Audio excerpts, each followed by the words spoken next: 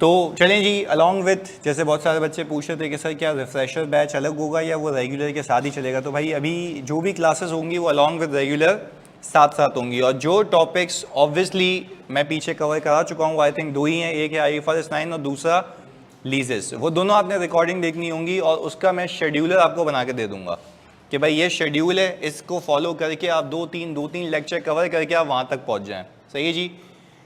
39 marks आए थे, अब आपको बहुत सारी प्रैक्टिस करनी। देखो 39 मार्क्स का मतलब ये होता है कि आपने हर सवाल में कोई ना कोई ब्लेंडर किया है। जैसे आज हम लीज का पास पेपर कर रहे थे, मतलब बिफोर योर क्लास जो रेगुलर चल रहा है, उसके अंदर एक गलती हुई थी, IDC नहीं लिया, डी कमीशनिंग कॉस्ट नहीं ली, तो फिर ऐसी बात है उसके इम्पैक्ट्स होते हैं ना कि आप समझ के आए कि मैंने 15 नंबर का सवाल गलत किया जिसमें से आधा गलत है, और आधा भी सही कर लेते तब भी 50 आ जाते हैं। तो कहने का मतलब है हम तो आधे से भी कम सही करके आ रहे हैं। तो उसका हल ये होता है कि भाई प्रैक्टिस करें। देखिए बहुत सारे बच्चे जो हैं, मैं आप सबसे कह रहा हूँ, सबसे मुखातिब हूँ, बहुत सारे बच्चे ब्लेंडर ये करते हैं कि they don't give preference to the practice. आप देख लें ग्रुप के ऊपर, मैं हर दिन कोई ना कोई सवाल, उसके पीछे भी मेहनत होती है ना, कि वो ये होता है कि भाई आपके कॉन्सेप्ट्स की टेस्टिंग ही वहाँ होती है। अब मैं एक बच्चा है जो सिर्फ प्योरली रिकॉर्डिंग पे चल रहा है, मतलब एक समझने की बात है, एक बच्चा प्योरली रिकॉर्डिंग पे चल रहा है और वो प्योरली रिकॉर्डिंग पे अपनी ईज पे सवाल सॉल्व करता है विदाउट टाइम मैनेजमेंट। अब आपसे गलतियां क्यों होती हैं पता है? जब क्लास में बैठे होते हैं ना, प्रेशर होता है टीचर का कि भाई 10 मिनट में ये शुरू करा देगा, उससे पहले हुआ नहीं हुआ। वो प्रेशर में रहते हुए अगर आप लोगों ने सवाल सॉल्व कर लिया, दैट मीन्स कि you are really prepared for your examination. Again उसका उलट क्या है? उसका उलट ये है कि आप अपनी ईज पे सवाल सॉल्व करें सुकून में बैठ के, विदाउट एनी प्रेशर। हो गया तो सही है, नहीं हुआ तो दैट मीन्स कि you are making yourself fool कि मुझसे सवाल हो रहा है, पर भाई टाइम देख लो कितनी देर में हो रहा है, क्या प्रेशर में हो रहा है ये नहीं हो रहा। तो अब दो स्ट्रीम्स होती हैं ऑनलाइन बच्चों की, एक जो प्योरली रिकॉर्डेड पे जो अपनी ईज पे लेती है, पर उसको इस बात का ख्याल है कि मैं टाइम मैनेजमेंट के साथ सॉल्व करूं, वो पास कर लेता है। एक वो जो ऑल टुगेदर रिकॉर्डेड पे है, वो अपनी ईज पे सवाल सॉल्व कर रहा है without any time management thing, वो हमेशा फेल होगा। रीजन, पेपर में क्या टाइम होगा या 3 घंटे हैं? अच्छा 3 घंटे में सिनेरियो भी पुराने वाले हैं न्यू वाले हैं, तो वो हैंडल करने के लिए आपने क्लास में टीचर के साथ रहना है, whether it is FAR2, whether it is audit or any other subject। आप ऑडिट में देख लो हम क्या करते हैं, टाइम मैनेजमेंट के साथ बोलता हूँ भाई जल्दी करना है अभी, तो उस टाइम फ्रेम में सोच लिया नहीं दिमाग में आया, दैट मीन्स कि you need to work on your skills. पहली चीज तो ये सही कर लो यार कि आपने या तो लाइव ले लो, नहीं आ सकते, पेट्रोल का मसला होता है, समझ आती है, गर्मी है, फिजिकल आते हो और ज्यादा अच्छी बात होती है, नहीं आते लाइव प्रेफरेंस लो। रिकॉर्डेड तो यार मैं फिर कह रहा हूँ, उसके लिए जो बच्चा मतलब अपने घर के लिए कमा भी रहा है, उसको वो टाइम कभी मैच ही नहीं कर पाता, या कभी अर्जेंसी है वो कहीं निकल गया, उसके लिए वही चीज़ है जो यहाँ पे आ रही है। पर अगेन रिकॉर्डिंग भी ले रहे हो तो फिर अगेन मैं तुम्हें रिकमेंड करूँगा टाइम मैनेजमेंट के साथ, क्योंकि देखो जब तुम बोल के आते हो ना कि मैंने पेपर किया, पर वहाँ पे तुमने जिस स्पीड में पेपर किया उसमें जितने ब्लेंडर्स मारे दैट विल काउंट, और वो मार्क्स आपके 50 से क्या आते हैं फिर कम आते हैं। ये चीजें सही कब होती हैं? जब आप उसी प्रेशर को बना के सवालात क्या करें, सॉल्व करें। तो वो pressure development is really necessary to pass these type of examination. और इवन FAR2 तो है ही बहुत ज्यादा इंटरेस्टिंग यार, सारी रियलिटी से अलाइंड है। यानी मैं FAR1 को क्यों बार बार क्रिटिसाइज कर रहा होता हूँ अपने लिए, क्योंकि मुझे नहीं आता उसमें मजा। Reason, PP, debit, accumulated depreciation expense, transfer हो रहे हैं IP to PP to IP, इसी में घूमे जा रहे हैं, कैश फ्लो बना रहे हैं, बच्चे को डी अकाउंट बनाने की तमीज नहीं है, वो बुनियाद है। असल एप्लीकेशन यहाँ है। और मैं आपको मजे की बात बता दूं, FAR2 में FAR1 भी टेस्ट होगा, ये भी आपके कोर्स में है, तो वो मैंने आगे सवालात डिजाइन ऐसे किए हुए हैं कि वो सब मिल मिला के आएगा आगे, तो उसमें कोई टेंशन वाली बात नहीं है। सही जी, तो ये याद रखना तुम्हें। खैर अगेन, तो पेपर रीड करने में टाइम लगता है और फिर सॉल्व करने में भी टाइम लगता है, तो अगेन उसका हल क्या है? नहीं, प्रैक्टिस नहीं, या तो लाइव प्रैक्टिस या तो practice with time management. This is the only way you can clear your paper. मैं तुम्हें अभी भी बता रहा हूँ, मैंने तुम्हारे साथ पास पेपर हर एक क्लास में कर रहा हूँ ना, और उसमें क्या होता है 10 मिनट है, हुआ तो हुआ, नहीं हुआ तो मैं करना शुरू कर देता हूँ, तो पहले टाइम देता हूँ। तो प्लीज यार मेरी आप सबसे रिक्वेस्ट ये है कि जिसका 38 पे 48 पे 42 पे रुका है वो अगेन वो उसका कॉन्सेप्ट का मसला नहीं है, क्योंकि वो यहां तक भी ला रहा है, वो हर सवाल में कुछ ना कुछ ब्लंडर कर रहा है ड्यू टू प्रेशर, उसको हैंडल करना है बस कि यार मेरी स्किमिंग पावर ये होती है देख के समझा करना क्या है, ट्रीटमेंट क्या करनी है। जैसे आज हमने पास पेपर किया रेंटल ग्रो करने, समझ आया ग्रो करने प्रेजेंट वैल्यू लेनी है, जिसका पिक पावर तेज हुआ वो पेपर ले जाता है। इट्स ऑल अबाउट 3 घंटे की गेम, आप पूरी मेहनत कर लें, जितने अच्छे कॉन्सेप्ट लें, जितनी समरीज तुम्हारे पास हो, if you don't know how to apply it in 3 hours आपका पेपर फेल हो जाता है। तो हमें उसी चीज पे काम करना है कि हम टाइम मैनेजमेंट के साथ प्रैक्टिस करेंगे। एग्रीड? चलें जी, मेरा पेपर 45 पे रुका था, पर अगेन लेक्चर्स लेने चाहिए या नहीं। देखें अब अगर 45 पे पेपर रुका है and if you feel like कि मैं जो भी कॉन्सेप्ट पढ़ूंगा या पढ़ूंगी सर से वो वही रिकैप है, तो मैं रिकमेंड करूंगा कि आप क्लास नहीं लें। तो हल क्या है इसका? भाई आप प्रैक्टिस करें, सिर्फ दुनिया जहां के किसी भी टीचर के सवालात मिले करें, अपने आप को मार्किंग देंगे भाई मैंने ये किया था, ये किया था, सवाल पे कितना टाइम लगना चाहिए था, ये असेसमेंट कर सकते हैं। तो मेरा ख्याल है कि आपको क्लास लेने की कोई नीड नहीं है। सही है? तो ये भी मैं आपको बता रहा हूं, अगर इफ यू फील लाइक भाई you need to be with the teacher, class के कंपटीशन में माहौल में चलना है, नए नए सवालात करने हैं, जो चीजें आ रही हैं टाइम पे होमवर्क सबमिट करने पूछना है, तो फिर आपके लिए क्लास ओपन है। सही है? तो ऐसे अभी तो बस मैंने क्लास शुरू करनी है। सही है? 29 मार्क्स पे तो जानी क्लास लेनी बनती है। सही है? उस पर तो कोई ऑप्शन है ही नहीं। सही है? सजेस्टेड सोल्यूशन से मैच किया और मैंने क्वेश्चन 90% ठीक किए, I don't know what fail क्यों हुआ। नहीं, ऐसा नहीं हो सकता। अगर सजेस्टेड सोल्यूशन से आपका 90% आंसर मैच है तो ऐसे कैसे हो सकता है एग्जामिनर आपको फेल कर दे। सही है? चलें बिस्मिल्लाह करते हैं पहले अपने नए टॉपिक की। तो एक ब्रीफ बातें थी कि जो आपको पता होनी चाहिए before you start your new journey of Kaif 5। चलें ओके, लेक्चर्स कितने हुए यार हमारे? कितने हो गए होंगे इसको IFRS 9 और लीज को मिला के? 25 हुए होंगे या 25 लेक्चर हुए। मैं आपको आज ही प्लानर बना के दे दूंगा। लीज खत्म हो गया। ओके चलें इंशाल्लाह इस बार थोड़ी सी और प्रैक्टिस करते हैं और पास करते हैं। अच्छा प्लीज इधर जानी, इधर बहुत फोकस के साथ देखो। कंसोलिडेशन एक ऐसा चैप्टर है, दुनिया इधर की उधर हो जाए इसको पेपर में आना ही आना है। सही है? तो बिल्कुल बुनियाद रखेंगे, बिल्कुल जीरो से लेके चलेंगे ताकि चीजें ग्रिप में आ सके। प्लीज इधर मैंने कहा जैसे ही मैं कंसोलिडेशन का चैप्टर खोलता हूं, सही है जी, तो मैंने सबसे पहले देखता हूं डेफिनेशन। अच्छा कंसोलिडेशन मैंने पूछा है क्या, तो डेफिनेशन निकल के सामने आई, presentation of a group as a single entity. अब बड़ी अहम बातें बिल्कुल बेसिक लेके चलना है आगे। ये 1 से 1.5 पेज का सवाल होता है, पर हम इसको एक एक करके बिल्डिंग ब्लॉक बनाते रहेंगे और वहां तक पहुंच जाएंगे। अगेन मैंने बोला कंसोलिडेशन का मतलब क्या है, तो आपने जवाब दिया कि presentation of a group as a single entity. Sir बड़ी हाई लेवल बात की मैंने, अभी कुछ समझाना शुरू नहीं किया, आगे बात करते हैं। मैंने कहा सर पहले ये बताओ, बेसिक बात समझ आ रही है कि मैं प्रेजेंट करूंगा ग्रुप को एज अ सिंगल एंटिटी। अब ग्रुप क्या है जरा उसकी बात करते हैं। मैंने कहा ग्रुप के अंदर आता है पेरेंट और उसकी सब्सिडरी। अच्छा मैंने कहा अब ये बताओ कि पेरेंट क्या है। मैंने कहा वो एंटिटी जो सब्सिडरी को कंट्रोल करे, वो एंटिटी जो सब्सिडरी को कंट्रोल करे। बेसिक बात कर रहा हूं, मैं कह रहा हूं एक है एंटिटी ए, एक है एंटिटी बी। इस एंटिटी ए ने इस एंटिटी बी के, प्लीज सुनिएगा आसानी के लिए फिलहाल,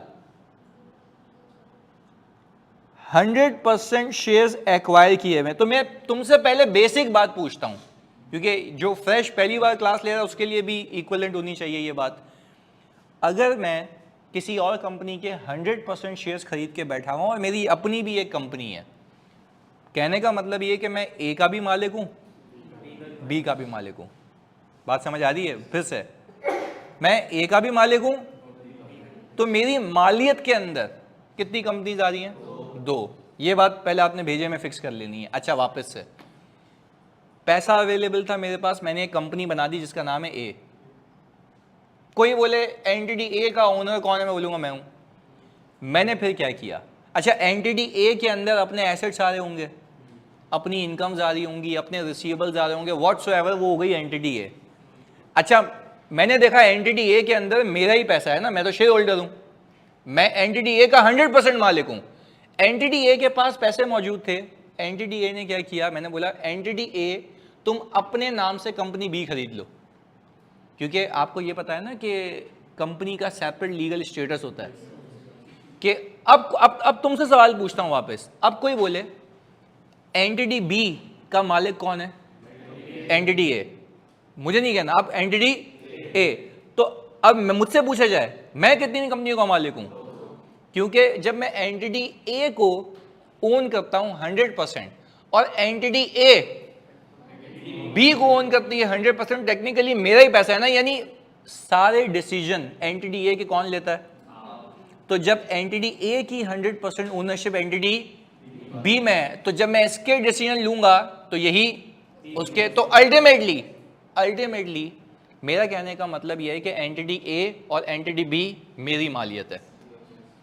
और दूसरी चीज, एंटिटी ए कंट्रोल करती है एंटिटी, अच्छा कंट्रोल इसलिए करती है क्योंकि कोई भी डिसीजन लेने से पहले पूछा जाएगा मुझसे एंटिटी ए से, एंटिटी ए किसके पास आएगी, हमारे पास। पहले बताओ लॉजिकल बात समझ आती है, बेसिक बात की मैंने। चलें अब मैं तुमसे पूछूं, एंटिटी ए जो है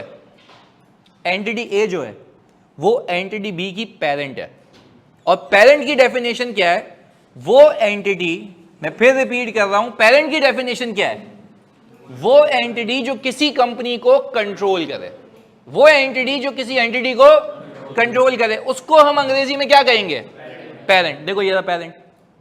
अच्छा अब उधर आ जाओ, सब्सिडरी।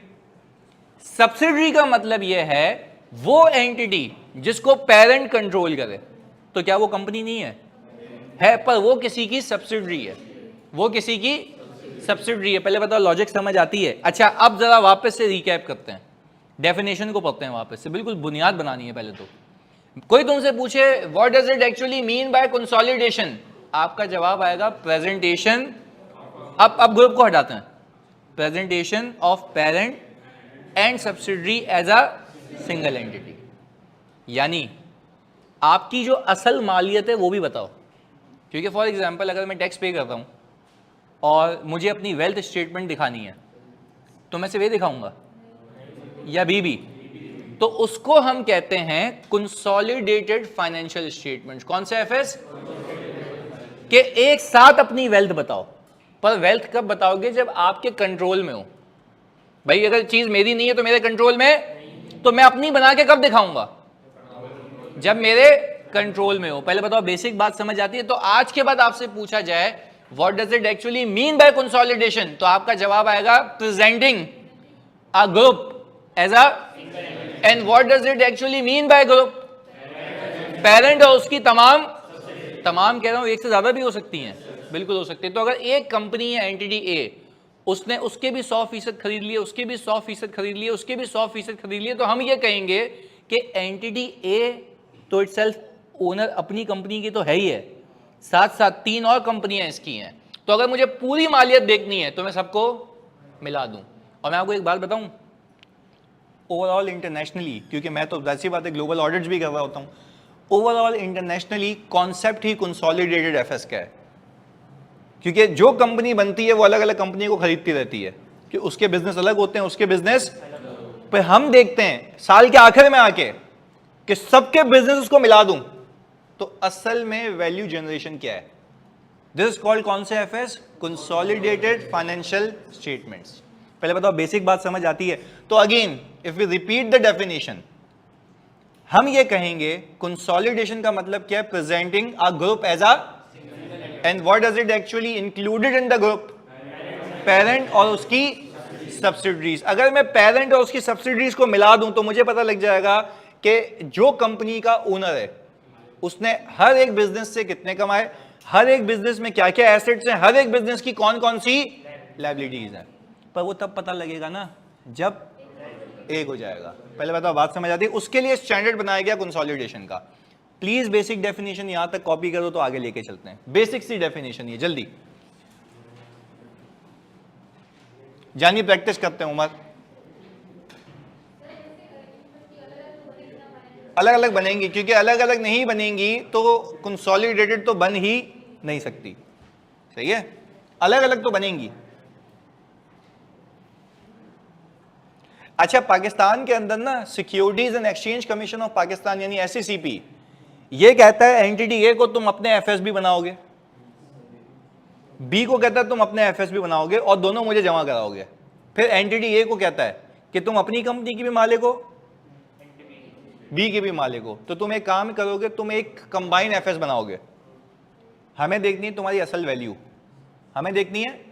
अच्छा, एंटिटी कह रही है, एंटिटी ये क्या कह रही है, भाई मेरी असल वैल्यू तो मेरी बैलेंस शीट है ना। उसने बोला नहीं, गलत बात, आपकी असल वैल्यू आपकी सिर्फ एंटिटी ए नहीं है, एंटिटी ए तो सेपरेट है।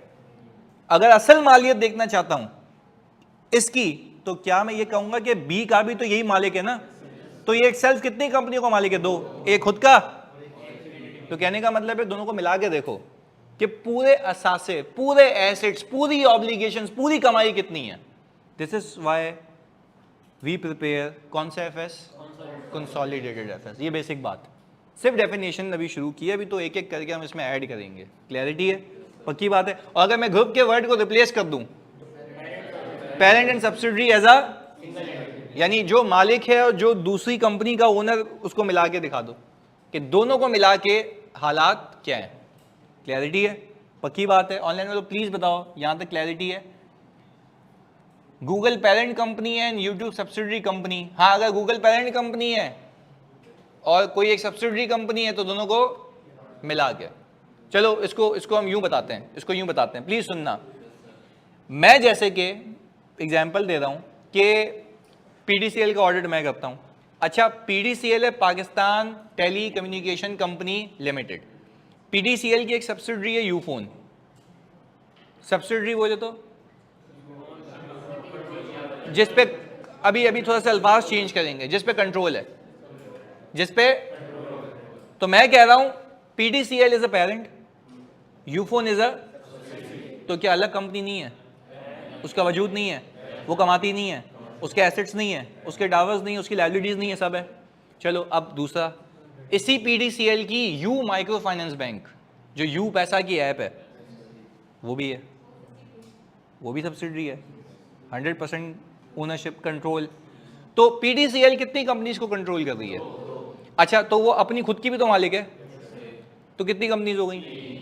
अच्छा, अब अगर मैं बोलूं मुझे इस पूरे ग्रुप की मालियत देखनी है, क्या करूं, मिला दो, तो आपको ये पता लग जाएगा। अभी कभी आप फारिग बैठे हो ना, बैठे तो होगे मुझे पता है इधर, तो कहने का मतलब ये कि तुम्हें ये करना पड़ेगा कि तुम सिंपल जाओ वेबसाइट पे, PDCL के FS डाउनलोड करो, तुम्हें कंसोलिडेटेड FS भी दिखेंगे और सेपरेट भी दिखेंगे। कंसोलिडेशन में कितनी कंपनीज होंगी, सेपरेट में एक। तो बोले पूरी मालियत भी तो देखो ना यार कि पूरा ग्रुप असल में कितने का है, वैल्यूएशन कितने की है। बात समझ आती है। ऑनलाइन वालों प्लीज बताओ यहां तक क्लैरिटी है। बेसिक बात बताई है मैंने अभी, सिर्फ डेफिनेशन की हद तक। अच्छा, अब जब मैं नीचे गया यहां पे तो एक बेसिक बात की हमने, मैंने कहा सिंपल कंसोलिडेशन कैसे होगी, इन दोनों के एसेट्स को मिला दो। बेसिक बात कर रहा हूं, अभी आगे जाके इसमें बहुत चेंजेस करूंगा। 200 पेजेस का स्टैंडर्ड है ये। तो हमने कहा कि इन दोनों को मिला दो, इन दोनों को मिला दो। अब इसमें कुछ चेंजेस आएंगे। जो यहां पे टोटल आंसर आएगा वो कौन से FS होंगे, कंसोलिडेटेड फाइनेंशियल स्टेटमेंट, यानी presenting a group as a single entity. Group को एक बना के बताओ तो पता लग जाएगा कंसोलिडेटेड हालात वाकयात क्या है। बेसिक बात, कोई सवाल है। अच्छा नहीं है, ओके, चलें, ये आ गया हिसाब किताब। अब आगे हम बात कर रहे हैं। सर ऊपर आपने सिखा दिया कि पेरेंट वो कंपनी होती है जिसका कंट्रोल हो किस पे, सब्सिडरी पे। ये तो बात समझ आ गई। हमने ये कहा कंट्रोल कैसे आता है, एक बात तो सिखा दी। नहीं, अब शेयर्स तो है, देखो यहां पे क्या लिखा हुआ है, व्हेन एन एंटिटी यानी entity A owns 50% plus shares of another entity. Sir आपने ऊपर 100% लिखा था ताकि ऊपर दिमाग नहीं खराब करो, यहां पे आके बताना था। प्लीज फोकस, इधर बड़ी अहम बात है। एक एनुअल जनरल मीटिंग हो रही है, हमें डिसाइड करना है क्या बिजनेस करें। मैं 55% लेके बैठा हूं मैं। अच्छा अब एक एक बात सुनते हैं। एंटिटी ए के पास बी के 55% शेयर्स हैं। कितने? 55%। अच्छा अब एक एक करके बात सुना। अब टेक्निकलिटीज यहां से शुरू होंगी। बेसिक डेफिनेशन बता दिया, थोड़ा सा मुश्किल करते हैं इसको। 55% शेयर्स एंटिटी ए लेके बैठी हुई है एंटिटी बी के। अच्छा अब जब एजीएम होगी तो एंटिटी ए तो एक कंपनी ना, खुद तो नहीं चल के जा सकती, इसके रिप्रेजेंटेटिव जाएंगे। इसके अच्छा इसके रिप्रेजेंटेटिव जाएंगे वहां पे, मीटिंग में बैठेंगे, इनके पास पावर होगी 55% की। अच्छा कोई भी डिसीजन हो रहा है, सब आपस में शेयर होल्डर हाथापाई कर रहे हैं, लड़ रहे हैं, उन्होंने कर लो तुम आराम से। सबने डिसीजन किया, हमने बोला भाई ये होगा,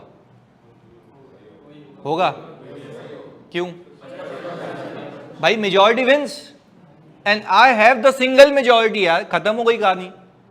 तो आपको जो करना है करते रहें, कोई इशू वाली बात। क्या कंट्रोल है या नहीं है? तो क्या हम ये बात कंक्लूड कर लें कि कंट्रोल होने में और नंबर ऑफ शेयर 100% होने में फर्क है? यानी लाजमी नहीं है कि कंट्रोल 100% शेयर लेने से आ जाए, कंट्रोल 50.5% पे भी आ जाएगा। 50.5 क्यों, 50% क्यों नहीं कह रहा? फिर 50% कुछ और होगा, फिर उसको हम कहते हैं ज्वाइंट कंट्रोल। क्या कहते हैं? कि आपकी और आपकी दोनों की बात सुनी जाएगी। अच्छा 50% प्लस में सिर्फ मेरी चलेगी, क्यों? क्योंकि मेजॉरिटी विंस। ऐसा ही है। चले अब एक बात समझ आ रही है। अच्छा अब मुझे एक बात बताएं, हम क्या अब ये कहें कि किसी कंपनी का कंट्रोल हथियाना है तो उस कंपनी के 50% प्लस शेयर्स ले लो।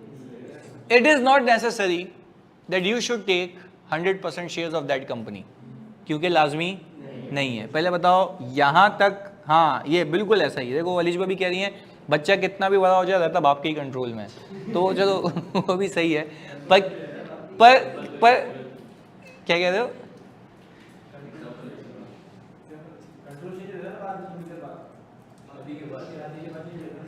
अबे यार सोच भी छोटी है तेरी। इधर चलो, शादी के बाद कैसे कंट्रोल चेंज हो जाएगा यार? मतलब ऐसे ही, मतलब यार, मतलब माँ बाप तो माँ बाप रहते हैं ना यार। अब मेरी शादी हो गई तो इसका मतलब क्या? मतलब कोई हमें बेगम कंट्रोल करती है? ऐसा नहीं है भाई, ऐसा बिल्कुल नहीं है। देखो being controlled by a woman and respecting a woman, both are different things. If you are agreeing to the point of view of your wife, that is a respect, not the control. So I take it as a pride that obviously I value her opinions. So this is not a control, this is a respect. देखो बेगम बोल सकती है please ये लेते हुए आना, माँ बोलती है भाई लेता हुआ आना। कंट्रोल और ओपिनियन में फर्क है। अच्छा फिर वापस से, जैसे कल मैं लैंड किया इस्लामाबाद से यहाँ पे 1 बजे, मैंने अम्मी को कहा मैं जिम से होता हुआ आऊँगा। अम्मी ने बोला घर में एंटर नहीं होने दूंगी अगर जिम गया है। उल्टा बेगम ने क्या बोला, या प्लीज़ आप आ जाएं थक गए होंगे। तो कंट्रोल और ओपिनियन में फ़र्क है। तो देखो ये फ़र्क है ना, ये फ़र्क है। तो कंट्रोल आपको सीधा सीधा दिखता है, चमाट आएगी, वहाँ पे ये चीज़ें नहीं है अनलेस कि तुम इंतहाई फारिग हो। सही है, तो ये है। तो चलो खैर वो ऐसा है नहीं, पर हम कह रहे हैं कि मैंने आपको ज़रा बड़ी अच्छे से ब्रीफ सा एक्सप्लेन किया कि being controlled by a woman is not called control, it's a respect, and being controlled by a mother is a control plus respect. तो कंट्रोल प्लस रिस्पेक्ट और कंट्रोल में फ़र्क है। चलें ओके। तो अब प्लीज़ प्लीज़ प्लीज़ फोकस इधर। Okay अब हमने कहा सर हम ये थोड़ी घरेलू बातों से निकल के वापस से कंसोलिडेशन पे आते हैं। इधर मुझे एक बात बताएं, कोई आपसे पूछे कि आपको किसी कंपनी को अपनी सब्सिडरी बनाना है, do you need to take 100% shares या 50% या 50% प्लस? 50% प्लस, बस ये बात याद रखनी है। चलो दूसरा हल देखते हैं। आप पीटीसीएल के फाइनेंशियल्स खोलें, सही है, और पीटीसीएल के फाइनेंशियल जब हम खोलेंगे उसमें आपको बखूबी लिखा हुआ दिखेगा कि उसने जो एक आध कंपनी, चलो पीटीसीएल में असल एग्जांपल देता हूं। पीटीसीएल को पता है कौन ओन करता है? एतिसलात, दुबई की कंपनी जो नेटवर्क चलाती है। अच्छा एतिसलात, प्लीज फोकस होकर सुनना, बड़ी इंटरेस्टिंग एग्जांपल दे रहा हूं। एतिसलात EN यानी ऊपर। कोई बोले PDCL का मालिक कौन है, आप क्या बोलोगे? एतिसलात। अच्छा अब सुनो क्यों। मैंने देखे एतिसलात की होल्डिंग 26% है, ये 26 पॉइंट समथिंग या 27% है। एतिसलात इस कंपनी को अभी तुम्हारी नजर में कंट्रोल, तो आपने सर कैसे कहा मालिक वो अभी बताता हूं। उसने गवर्नमेंट ऑफ पाकिस्तान से एग्रीमेंट किया हुआ है, क्योंकि इसकी पहले PDCL की ओनर पहले कौन थी? गवर्नमेंट ऑफ पाकिस्तान ने अपने 27% शेयर्स बेच दिए। किसको?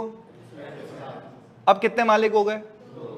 एक गवर्नमेंट ऑफ, दूसरा एतिसलात। अच्छा एतिसलात इस PDCL कंपनी की कंट्रोलिंग मालिक है।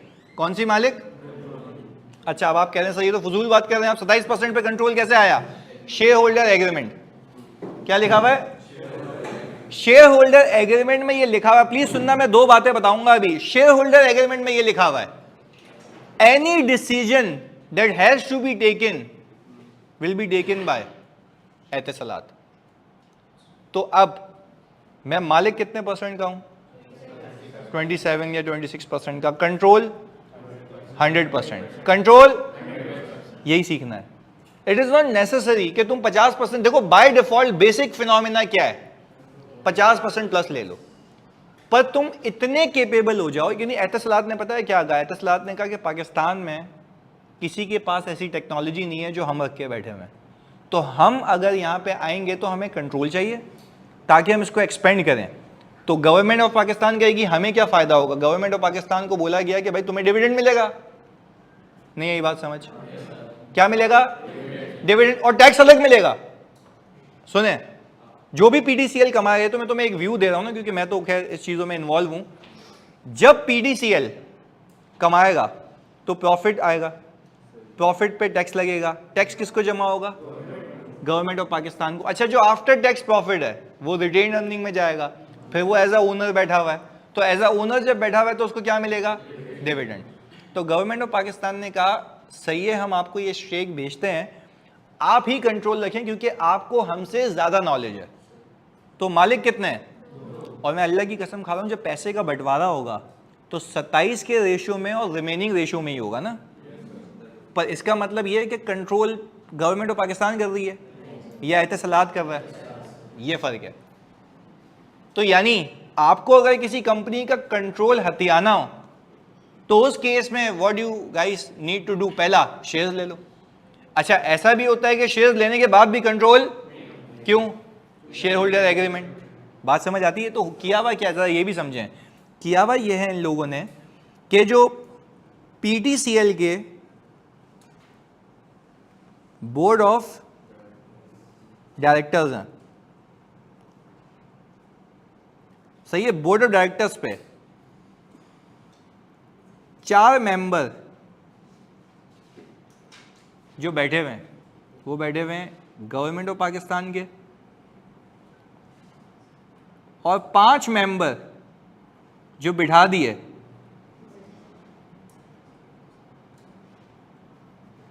एतिसलात के। यानी अब जब बोर्ड ऑफ डायरेक्टर्स बैठ के को डिसाइड करेंगे कि ये इन्वेस्ट, क्योंकि डायरेक्टर्स की पावर होती है ना कंपनीज एक्ट में, इन्वेस्टमेंट करने की, लोन लेने की, बिजनेस एक्सपेंड करने की, सारी पावर किसके पास है? किसने दी है? शेयर होल्डर्स ने। तो शेयर होल्डर ने ही तो एग्रीमेंट किया हुआ है कि हमारे 5 होंगे और तुम्हारे, क्योंकि शेयर होल्डर अपना इंटरेस्ट प्रोटेक्ट कराने के लिए कौन बिठाते हैं? Directors, governance. तो वो 5 और 4 क्यों है यहाँ पे? ताकि कंट्रोल रहे, ताकि मेजॉरिटी विंस। बात समझ आ रही है? तो देखो ये रिप्रेजेंटेटिव है किसके? एतिसलात और गवर्नमेंट ऑफ पाकिस्तान के। बात समझ आ रही है? तो एतिसलात ने क्या किया? PDCL के बोर्ड ऑफ डायरेक्टर्स पे 9 डायरेक्टर बिठा दिए, जिसमें 4 किसके हैं और 5 किसके हैं? एतिसलात के। कंट्रोल कौन कर रहा है? क्या PDCL कंपनी नहीं है? अलग कंपनी है, पक्की बात है। और एतिसलात, चलिए एक मजे की बात बताऊं, तुमने बता दिया तो गेम ही अलग हो जाएगी। यहां पे PDCL के नीचे कितनी सब्सिडरीज हैं अब तक, और PDCL खुद भी किसी की सब्सिडरी है। मुझे लगता है जब एतिसलात कंसोलिडेशन करेगा ना, तीनों को खींच लेगा ऊपर। बात समझ आई? तो this is what we call consolidation. बात समझ आती है?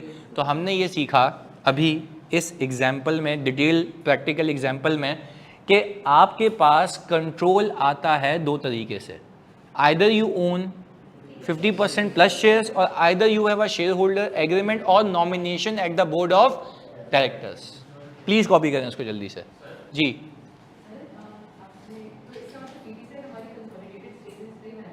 बनाएगी, बिल्कुल बनाएगी, बनाती भी है, मैं ऑडिट करता हूँ, वो सब बनाएंगी।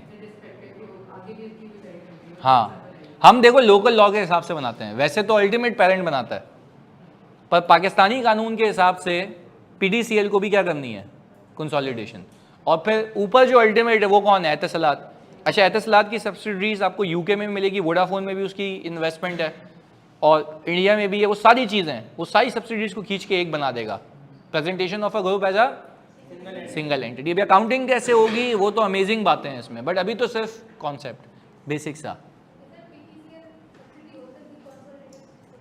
भाई पीडीसीएल सब्सिडरी होते हुए भी कंसोलिडेटेड एफएस बना रही है, वो सेल्फ भी पेरेंट है।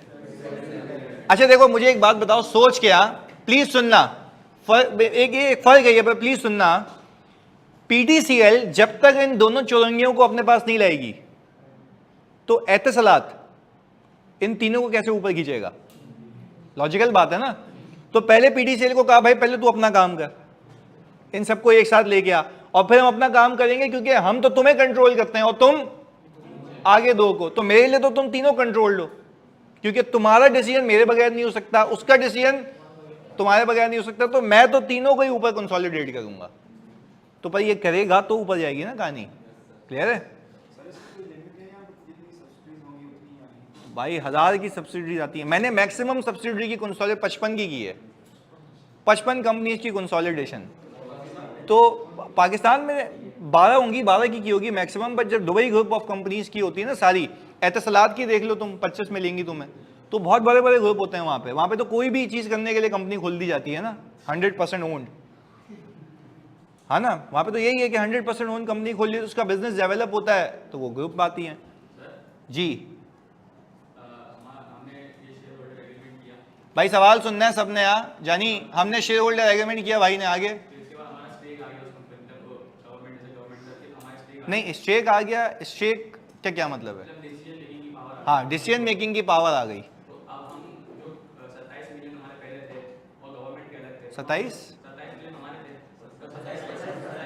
27% हमारे थे, नहीं शेयर कहाँ बताएंगे? कंसोलिडेशन सिखाई नहीं मैंने, अकाउंटिंग सिखाई, या अभी हमसे बकवास कर रहे हैं?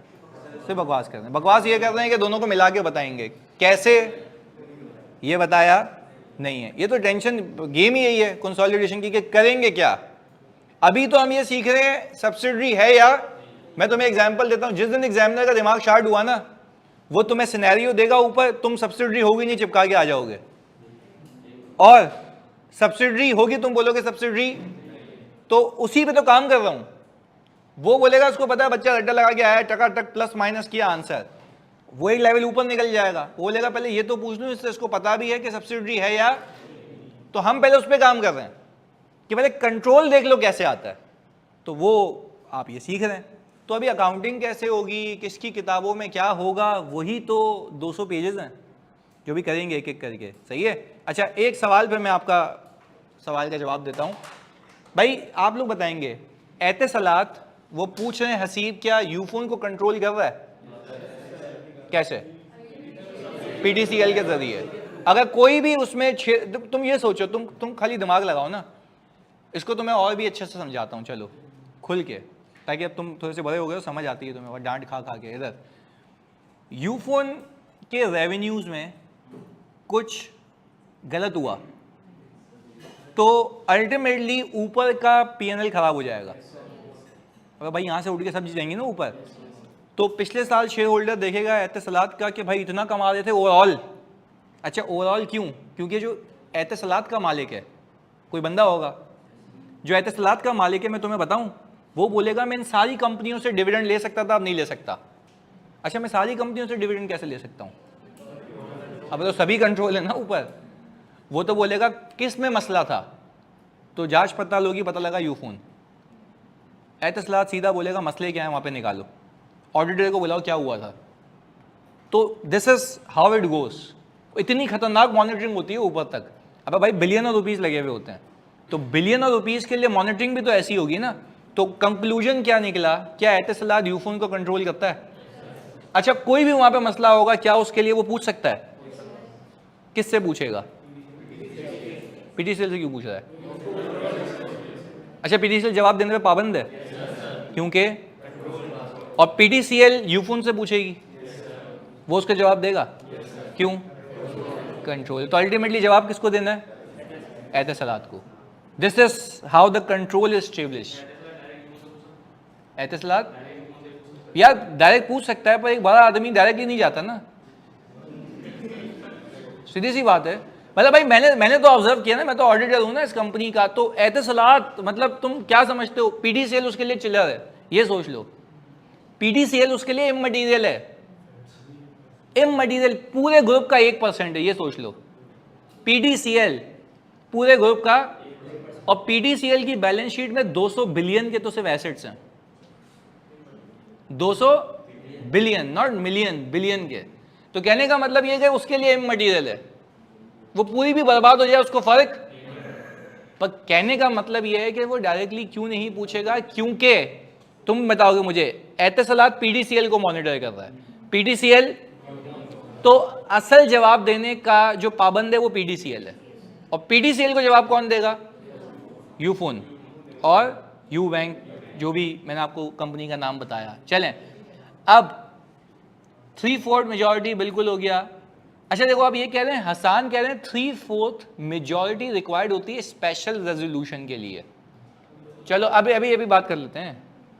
अगर 3/4 चाहिए स्पेशल रेजोल्यूशन के लिए, तब भी तुम ऊपर हो, क्योंकि सारे 49% वाले में मिल जाए स्पेशल रेजोल्यूशन, उनका बाप भी नहीं पास कर सकता। क्यों? 75 के लिए किसको बुलाना है? जो 50% प्लस पे। तो अगेन कंट्रोल किसका है? 50% प्लस वाले का। तो आप अगर वो बोले सारे 49% वाले मिल जाएं, और आप वो बोलें चलिए पास कर लो स्पेशल, मैं बोलूंगा करके दिखा दो। क्यों? तो ऑर्डिनरी रेजोल्यूशन तो मैं अकेला ही पास कर सकता हूं, स्पेशल के लिए भी उनको हमारे पास आना होगा। तो that's why I am saying कि कंट्रोल एस्टेब्लिश हो चुका है। क्लैरिटी है? पक्की बात है। चलें, असील का सवाल आया। अच्छा प्लीज अब एक एक करके आपने प्लीज जवाब देना यहाँ पे, क्योंकि देखो अभी हमने कंसोलिडेशन की बाखुदा अकाउंटिंग नहीं शुरू की, अभी हम सिर्फ किस पे बात कर रहे हैं, कंट्रोल है या नहीं है। अब एक एक करके, कंपनी लॉ के हिसाब से सब्सिडरी कब होगी ये भी बता दीजिएगा। यही तो बताया, जब कंट्रोल हो।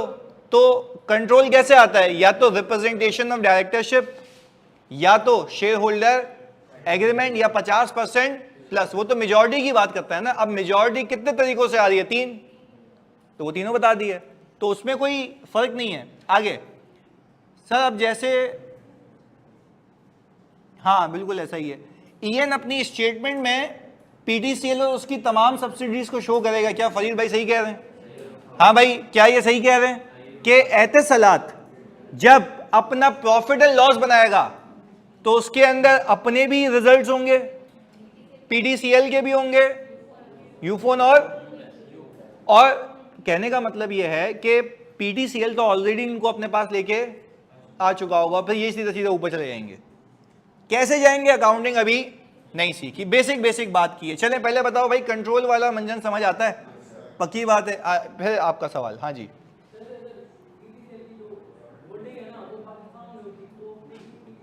या एक मिनट, हाँ एक मिनट प्लीज, बात नहीं पहले सुनो, फिर ये मिस हो जाएगा। हाँ जी, पीटीसीएल की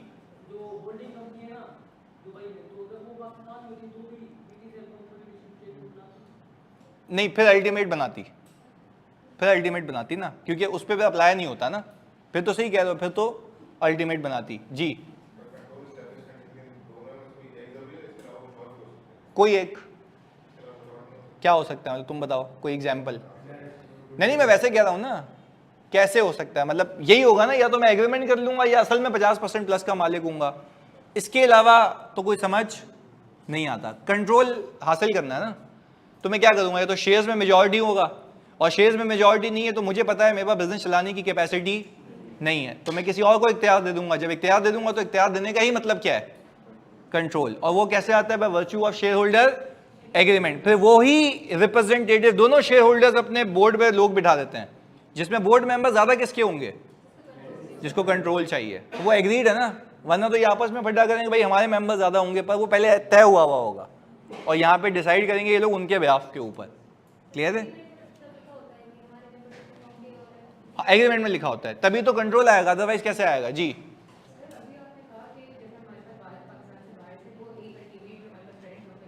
हाँ हाँ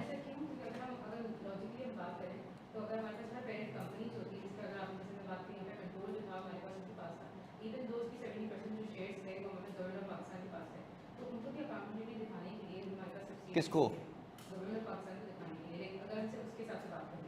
नहीं, आपकी बात ही नहीं समझा, पहले उसका सवाल सुनो। वो क्या कह रहा था कि वो एतसलात पाकिस्तान में होती तो फिर पीडीसीएल कंसोलिडेशन क्यों करता। नहीं ना, वो कहता है कि ऐसे तो उसने कोई एक दुकान खरीदी है वो भी कंसोल करेगा, हर कोई अपने अपने कराते रहेंगे। उसने बोला अल्टीमेट बताओ, देखो असल मालिक बताएगा ना कि मेरी टोटल ओनरशिप कितनी है। PDCL is nothing but ultimately the subsidiary of Etisalat, तो असल मालिक बताएगा ना कि मेरी असल मालियत कितनी है। भाई मुझे एक बात बताओ तुम लोग जल्दी से, पीडीसीएल के नीचे जो सब्सिडरीज हैं क्या वो सब्सिडरीज नहीं है? पर अगर वही एतसलात पाकिस्तान में होती तो अल्टीमेट मालिक कौन होता? तो अल्टीमेट मालिक बताएगा ना मेरी टोटल मालियत कितनी है, क्योंकि सबको छूट के तो वहीं जाना है। अब आपका सवाल ये होगा फिर गवर्नमेंट ऑफ पाकिस्तान का शेयर कहां गया? तो वो तो कंसोलिडेशन में सिखाऊंगा ना कि उसको प्रेजेंट कैसे करेंगे। यानी वैसे ही हवाई बात कर लेता हूं, जरा सुनना, बड़ी इंटरेस्टिंग बात है। बात यह है कि जब एतसलात कंसोलिडेशन करेगा तो सबके सब एसेट्स को ऊपर लेके आएगा और अपनी बैलेंस शीट में, कंसोलिडेटेड बैलेंस शीट में, बड़ी अहम बात कह रहा हूं, सिखाया नहीं है, सिर्फ हाई लेवल व्यू दे रहा हूं, अपनी बैलेंस शीट में बताएगा पूरे एसेट्स में से इतना हिस्सा गवर्नमेंट ऑफ पाकिस्तान का है। तो कोई गलत बात है या सही कर रहा है? अभी पीडीसीएल बताता है कि सब मेरा है, पर एतसलात, अच्छा पीडीसीएल सब पता है क्यों बताता है? क्योंकि उसकी 100% ओन्ड है। जब एतसलात कंसोलिडेशन करेगा किस किस को लेके आएगा अपने पास? पीडीसीएल, यूफोन, यू बैंक, तीनों को लेके आएगा और बता देगा इस सब में, क्योंकि कंट्रोल मैं करता हूं तो मैं अपने पास लेके आया, क्योंकि इसका कोई भी एसेट मेरी इजाजत के बगैर नहीं चेंज हो सकता। बट हां एट द सेम टाइम यह भी होगा कि वो उसी बैलेंस शीट के अंदर गवर्नमेंट ऑफ पाकिस्तान का हिस्सा भी दिखाएगा। नाजायज तो नहीं है। कौन अपने पास लेके आएगा एसेट्स? जो कंट्रोल कर रहा है, और अल्टीमेटली जो कंट्रोल कर रहा है, अल्टीमेट कंट्रोलर कौन है? एतसलात, तो वो लेके जाएगा। पर वो तब एप्लीकेबल है जब ये कह रहे थे वो पाकिस्तान में है, पर अभी अगर वो पाकिस्तान में नहीं है तो अल्टीमेट पेरेंट पाकिस्तान के हिसाब से पीडीसीएल है, वो करेगा कंसोलिडेशन। क्लियर है? चलें, अच्छा भाई ये भी बात समझ आती है, ओके। वो क्यों बनाएगा? यूफोन और यू पे नहीं, तो वो तो सब्सिडरी है ना किसी की। भाई देखो भाई मुझे बताओ, यूफोन और यू बैंक आपस में कंसोलिडेशन क्यों करेंगे? ये तो दोनों ऊपर जाएंगे ना। इनका आपस में सिर्फ कंसर्न ये है कि रिलेटेड है, दोनों एक ही बाप की औलाद हैं, तो ये वालिद साहब ही लेके जाएंगे इनको ऊपर। आपस में ये लोग कुछ भी नहीं करेंगे, सही है, रिलेटेड पार्टी है। क्लियर है? पर अगेन कंसोलिडेशन कौन करेगा? पेरेंट, और उसके ऊपर है फिर वो करेगा। क्लियर है? मतलब बेसिक उसूल ये है। चलें, यानी सर इस केस में पीडीसीएल को कंसोलिडेट करने की नीड नहीं है, बट कब भाई, खुदा के वास्ते कब? जब एतसलात कहां होती, तो फिर फजूल होता ना कि पीडीसीएल में लाएं, सबका सब कहां जाता? एतसलात में, क्योंकि अल्टीमेट मालिक और वही पाकिस्तान में मौजूद है। तो क्या ये नाजायज है या फिर उसका शेयर आएगा? किसका? गवर्नमेंट ऑफ पाकिस्तान को। कैसे आएगा? अभी अकाउंटिंग सीखते हैं, अकाउंटिंग में अभी हमने कुछ भी नहीं सीखा। चलें जी, ओके, ये बात समझ आती है। पहले बताओ कंट्रोल का मतलब समझ आ गया? अच्छा चलें, अब इसके बाद एक चीज लिखते हैं यहां पे, देखो लिखा हुआ है कंट्रोल वर्सेस, या प्लीज ये बड़ी अहम बात है, ये तुमने यहां पे ही अभी सीखनी है। सर एसोसिएट में इन्वेस्टमेंट, एसोसिएट का मैंने नाम लिया, क्या होती है तुम्हें पता है? तो बिला वजह इतने छोटे दिमागों पर टेंशन डाल रहे हो। अबे कंट्रोल तुम्हें समझ नहीं आ रहा, एसोसिएट तुम्हें अब सीखनी है। एसोसिएट की बकवास की मैंने, ये तुम्हें पता भी नहीं होना चाहिए कि एसोसिएट होती, जब कंसोलिडेशन खत्म करूंगा तो वहां चलेंगे।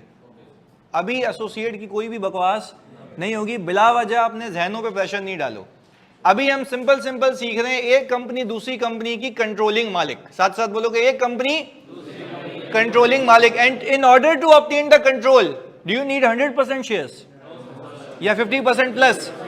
अच्छा, even though you are at below 50% shareholder है या nomination at the board. Clear है? चलें जी, ये बात समझ आती है। तो बेसिक मैं तुम्हें कहने का मतलब ये है कि तुम इधर उधर नहीं घूमो, सिर्फ जो बात कह रहा हूं उस पर सीखनी है। चलें, मैंने कहा एग्जाम्पल के तौर पे समझने के लिए कि यहां पे एक कंपनी है जिसमें मैं होल्डिंग रख के बैठा हुआ हूं,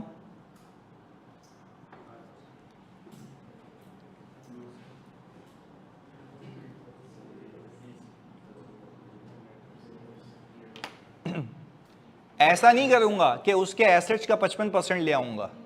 एसेट का 55% लाने का अभी ये एक फिनोमिना है। पेरेंट है, वो 55% शेयर्स खरीद के बैठा हुआ है, तो इसका मतलब ये है कि उसके एसेट्स 55% लेके आऊंगा या 100%, क्योंकि उसके हर एक एसेट पे मेरा राइट कितना है? गलत, 55%। जानबूझ के बोला। उसके एसेट्स पे मेरा राइट कितना है? पर कंट्रोल कितना है? राइट और कंट्रोल में फर्क है। मैं ये नहीं, कंपनी अगर डूबेगी ना तो मुझे 55 मिलेगा, पर उसके ऑपरेशंस कैसे चलाने हैं वो मेरा पर्सपेक्टिव है, मेरा डिसीजन है। कंट्रोल में कितना करता हूं, राइट कितना है, तो मैं कंसोलिडेशन करूंगा 100%, फिर जिसका हिस्सा बनता है उसको बता दूंगा। जैसे मेरी एग्जांपल में गवर्नमेंट ऑफ पाकिस्तान का जो हिस्सा बनता है मैं बोलूंगा भाई ये तेरा हिस्सा है, पर सारे एसेट्स मेरे पास देखेंगे। क्यों? कंट्रोल मेरे पास है, सीधी सी बात है। जिसका कंट्रोल होता है उसी की किताबों में एसेट आएगा ना, तो सारी की सारी चीजें वही है यहाँ पे। पहले बताओ ऑनलाइन वालों, बात समझ आ रही है? साहब ने बात की थी कि पैसों के, हाँ पैसों का बंटवारा किसमें होगा? 55 और 45। तो वो तो राइट है ना, राइट और कंट्रोल में क्या है? फर्क है। अच्छा, कोई पूछे, तुम लोग मुझे बताओगे एक एक करके, कोई पूछे ग्रुप ने कितना कमाया, बोलोगे 100%। ग्रुप ने तो 100% तब बोलोगे, 100% लाओगे। अच्छा, इस ग्रुप में सब्सिडरी की कमाई पेरेंट की कितनी है? 55, और बाकी की? तो क्या ग्रुप ने 100 नहीं कमाया? वही तो कह रहा हूं कि ग्रुप ने 100 कमाया। कंसोलिडेशन कितनी करना? 100%। पैसों का बंटवारा 55 और कैसे होगा वो भी सीखते हैं, तो पहले फिनोमेना तो क्लियर करो ना कि प्रोपोर्शनेटली चीजें नहीं लाओगे। चीजें कितनी लाओगे? 100%। अच्छा, अब एहतसलात जो बैठा है ऊपर, वो पीटीसीएल को 26% लेके जाता है या 100%? तो कोई बोले कि भाई ग्रुप ने कितना कमाया, जिसको तुम कंट्रोल कर रहे हो, पूरे ग्रुप की रेवेन्यू जनरेटिंग एबिलिटी कितनी है? 100%। तो गलत तो नहीं है ना, पूरा ग्रुप 100% जनरेट करने की काबिलियत रखता है। आप सिर्फ इतना बता दो कि उस 100% में से बाकियों का कितना है? 74%, 73%, व्हाटसोएवर, जो भी है एहतसलात की बात की। इस केस में बाकी का कितना है? 45%। तो पहले बताओ, लॉजिकली बात समझ आती है? पक्की बात है। चीजें अपनी किताबों में कितनी जाएंगी? 100%। उसका शेयर का बंटवारा हो जाएगा बिटवीन पेरेंट और बाकी, वो नीचे बताएंगे अभी कैसे होता है। चलें, ऑनलाइन वालों प्लीज कंफर्मेशन दो, यहां तक क्लैरिटी है जल्दी से? हाँ जी, ओके, क्लियर है। आगे सुनिएगा। अच्छा, हमने कहा हमारे पास 45% है, तो कंट्रोल कितना है? है ही नहीं ना, तो एग्रीमेंट वगैरह तो मैंने बोला ही नहीं, तो मतलब कुछ भी, तो कंसोलिडेशन नॉट एप्लीकेबल। कंसोलिडेशन होगी तो कंसोलिडेशन कौन करेगा? पेरेंट, जिसके पास। तो अच्छा मुझे एक बात बताओ, ये तो नाजायज हो गया, वो तो सब ले जाएगा एसेट्स अपने पास, तो फिर वो बताएगा इसका शेयर कितना है। तो कोई गलत बात तो नहीं है, जो कंट्रोल कर रहा है वो ले जाएगा चीजें, और होना भी यही चाहिए। शेयर बता देगा कि इसमें से इतना हिस्सा इसका है, वो भी सीखते हैं कैसे होगा। क्लैरिटी है? चलिए जी जी। अच्छा हाँ, बैठिए बैठिए। हाँ जी,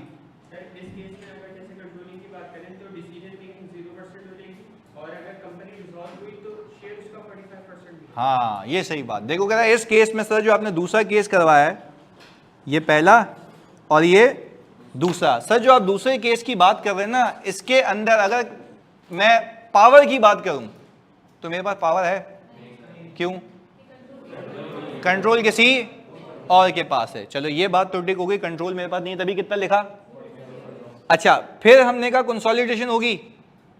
नहीं, हम तो नहीं करेंगे, हम अपना सोच रहे हैं। अच्छा फिर मैंने तीसरा सवाल पूछा जो इन्होंने पूछा कि सर अगर कंपनी डिविडेंड देगी या ग्रुप डिविडेंड देगा मुझे कितना मिलेगा?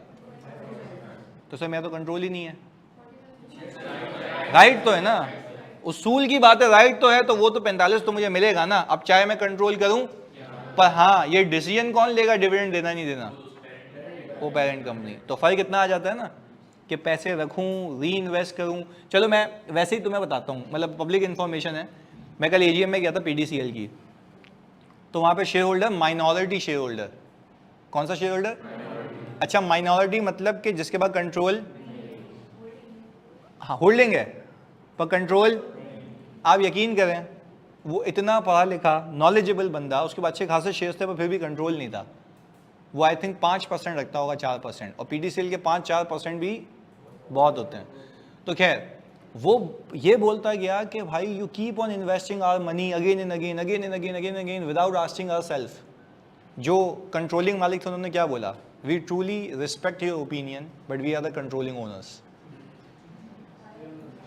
We have to decide whether to invest या whether to give dividend। तो अब वो बेचारा, पर फिर भी सामने से उन्होंने बोला कि we truly respect your opinion and we will consider giving dividend in future years because we were expanding for the 4G license, for the 5G licenses, and now we have acquired, so we don't need further money, now we will start giving dividend। पर ये बेचारे मजलूम के हाथ में था ही नहीं, तो क्या वो हिस्सेदार नहीं है? बैठा हुआ एजीएम में चुपचाप खा के चला गया खाना, खत्म, टिक्का बोटी थे, आया चिल्लम चिल्ली की, उसने चला गया। कुछ भी नहीं कर सकता, आवाज उठा सकता है पर उसके हाथ में कुछ भी, क्यों? कंट्रोल नहीं है। मतलब ये जो आपकी वाली बात है ना, तो वो बेचारा यहाँ मारा गया। तो कंट्रोल और इसमें फर्क है जी।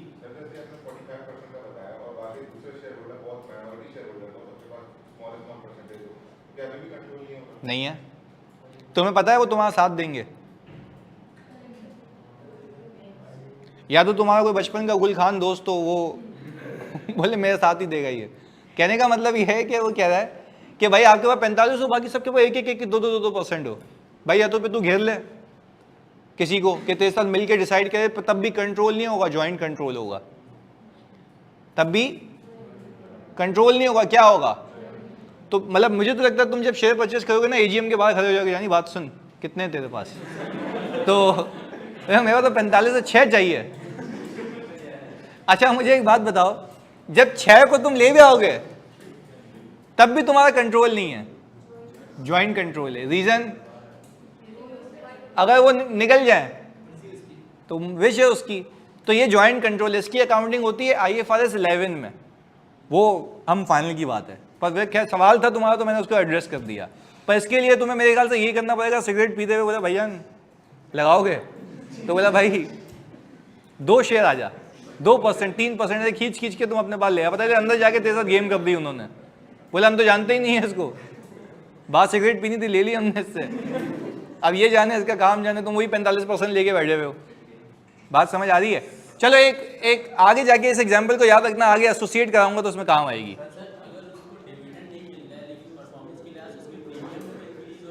अच्छा भाई देखें इधर सुनिएगा, हाँ जी सुनिएगा, ये बोल रहा सर उसको डिविडेंड नहीं मिल रहा, बट कंपनी की वेल्थ, कंपनी की शेयर प्राइस परफॉर्मेंस के हिसाब से, सुनना बात उसने सही की है कि सर डिविडेंड नहीं मिल रहा, एग्रीड, नहीं मिल रहा, वो नहीं दे रहा, कैश फ्लो नहीं है, उसको मैनेज करना है, पर कंपनी की शेयर प्राइस परफॉर्मेंस के हिसाब से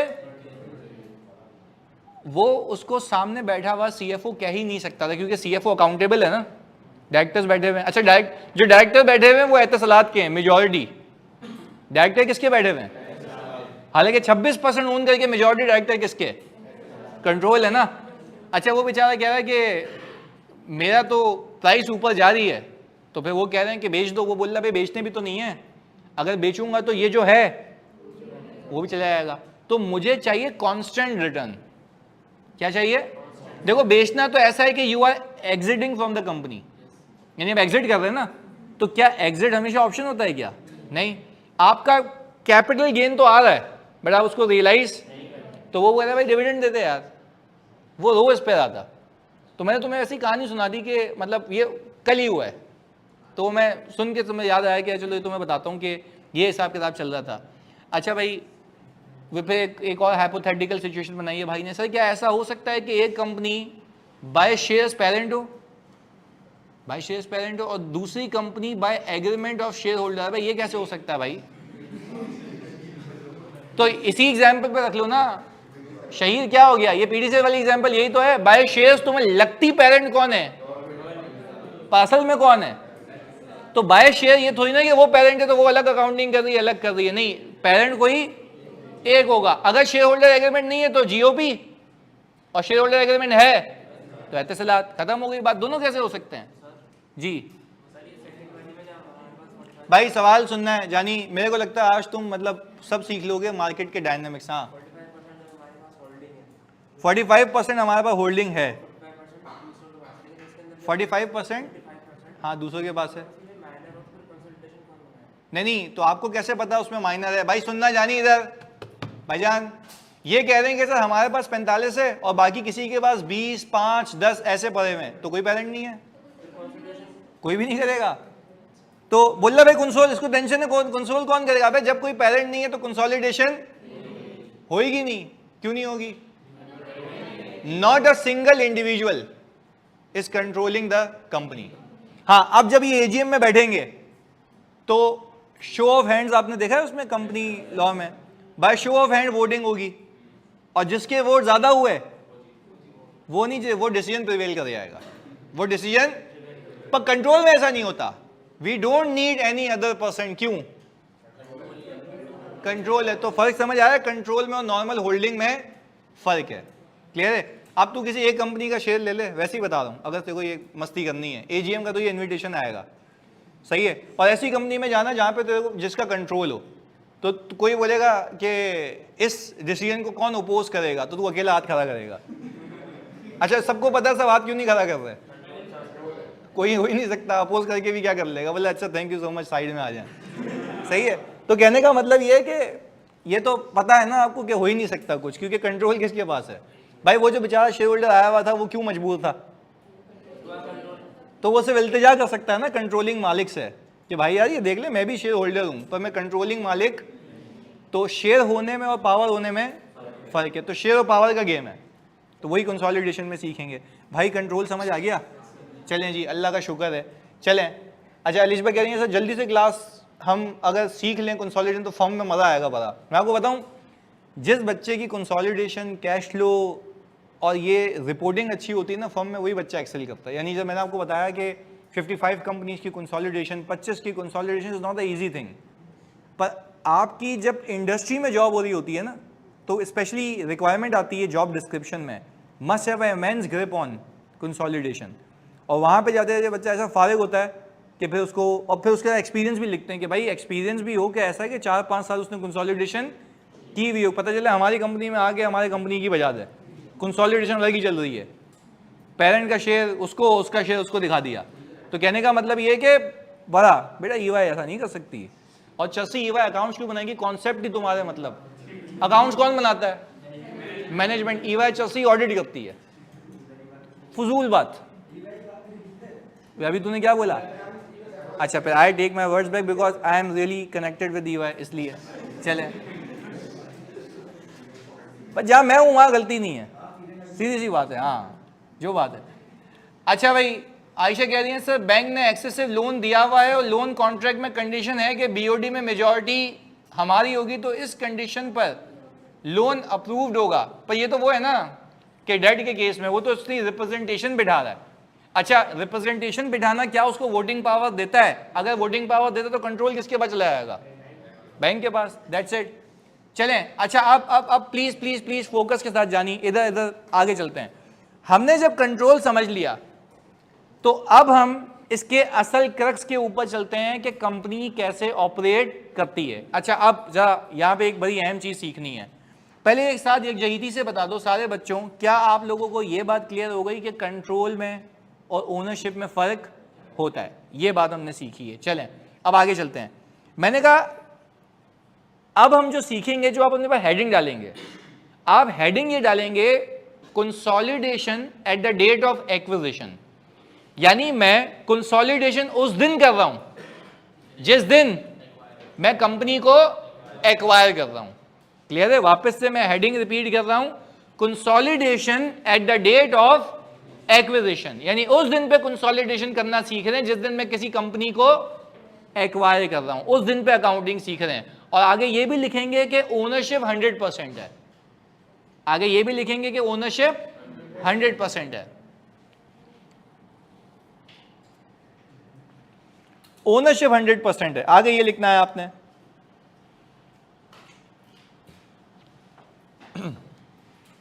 चलें, मैंने कहा, आपने फिर रिपीट कर रहा हूं, हेडिंग क्या लिखी है?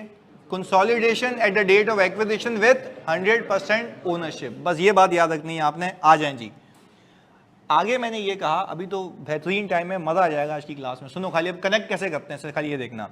मैंने कहा जब भी मैं किसी कंपनी का कंट्रोल हासिल करूंगा, सर जब कंपनी बनाएगी, नहीं नहीं नहीं, मैं कंपनी बना नहीं रहा, दूसरी कंपनी चल रही है, मैंने उसके शेयर्स खरीद लिए, तो अब जो उसका मालिक था वो आउट हो गया, हम इस कंपनी के मालिक बन गए, तो यानी हम अपनी कंपनी के भी मालिक होंगे।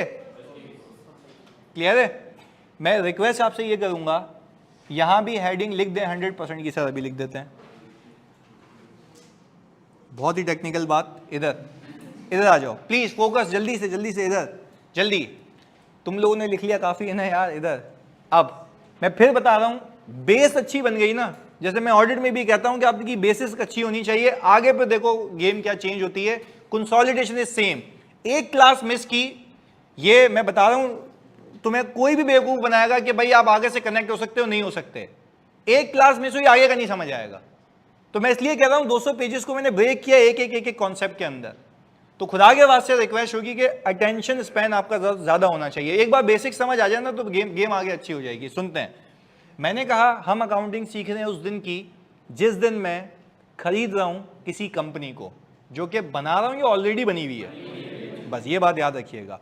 मैंने कहा जिस भी कंपनी को मैं खरीदने जाऊंगा ना, बाखुदा सबसे पहले उस कंपनी की वैल्यूएशन कराऊंगा कि असल में उसकी वैल्यू क्या है। क्लियर है? चलिए जी, तो मैंने क्या लिखा हुआ है, और वो कंपनी कौन है? सब्सिडरी। किस दिन पे? मुझे लगता है कि मैं किसी को ऐसे ही पैसे नहीं दूंगा, पहले देखूंगा उस कंपनी की वेल्थ क्या है। सही है? आगे हम आए इधर, हमने कहा सर आपको यहां पे दो कंपनीज दिख रही हैं, एक XYZ और दूसरी ABC।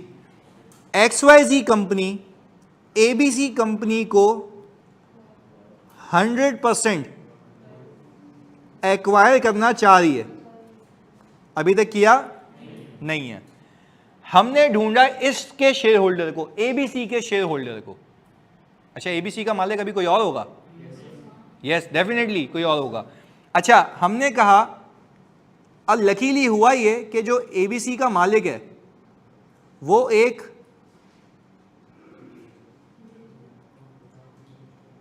जिसके पास 100% शेयर्स हैं। हमने अप्रोच किया, हमने मतलब XYZ ने, कंपनी के रिप्रेजेंटेटिव ने अप्रोच किया किसको? शेयर होल्डर को। किसको? कितने परसेंट शेयर्स हैं इसके? 100%। अच्छा, फोकस हो गया यहाँ पे, सुनना है। शेयर होल्डर को जब उसने अप्रोच किया तो शेयर होल्डर को बोला कि यार हमें आपकी कंपनी 100% खरीदनी है। किसको बोला? किसने बोला? XYZ ने। पेरेंट का लकब इसको इसलिए नहीं दे रहे क्योंकि अभी तक ट्रांजैक्शन वेरी गुड, आगे। मैंने कहा कितने की बेचोगे?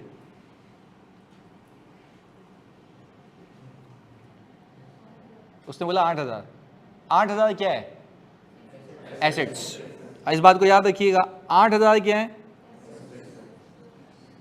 एसेट्स हैं। अच्छा, मैंने कहा यार बात सुनो शेयर होल्डर भाई, तुम 8,000 रुपये कह रहे हो, तो तुम्हारी वैल्यू, कंपनी की वैल्यू एसेट तो नहीं होती है, नेट एसेट्स होती है। यानी तुम अपनी कंपनी में से लायबिलिटीज निकालोगे तो तुम्हारी वेल्थ सामने आएगी ना, जिसको नेट वर्थ कहते हैं, कि आज एक एसेट इतने के हैं, इतने देने, बचे इतने, ऐसा ही है। तो मैंने कहा कि यार एक काम करो भाईजान, इसमें से ये लायबिलिटीज क्या करो, माइनस करो। तो हम यहां पर आए, इधर हमने कहा एसेट्स कितने थे? 8,000। अच्छा, लायबिलिटीज,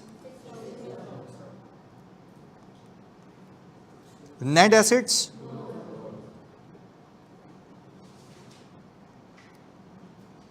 अच्छा ये हम सामने वाले को कह रहे हैं कि तुम्हारी कंपनी की जो नेट वैल्यू है वो कितनी है?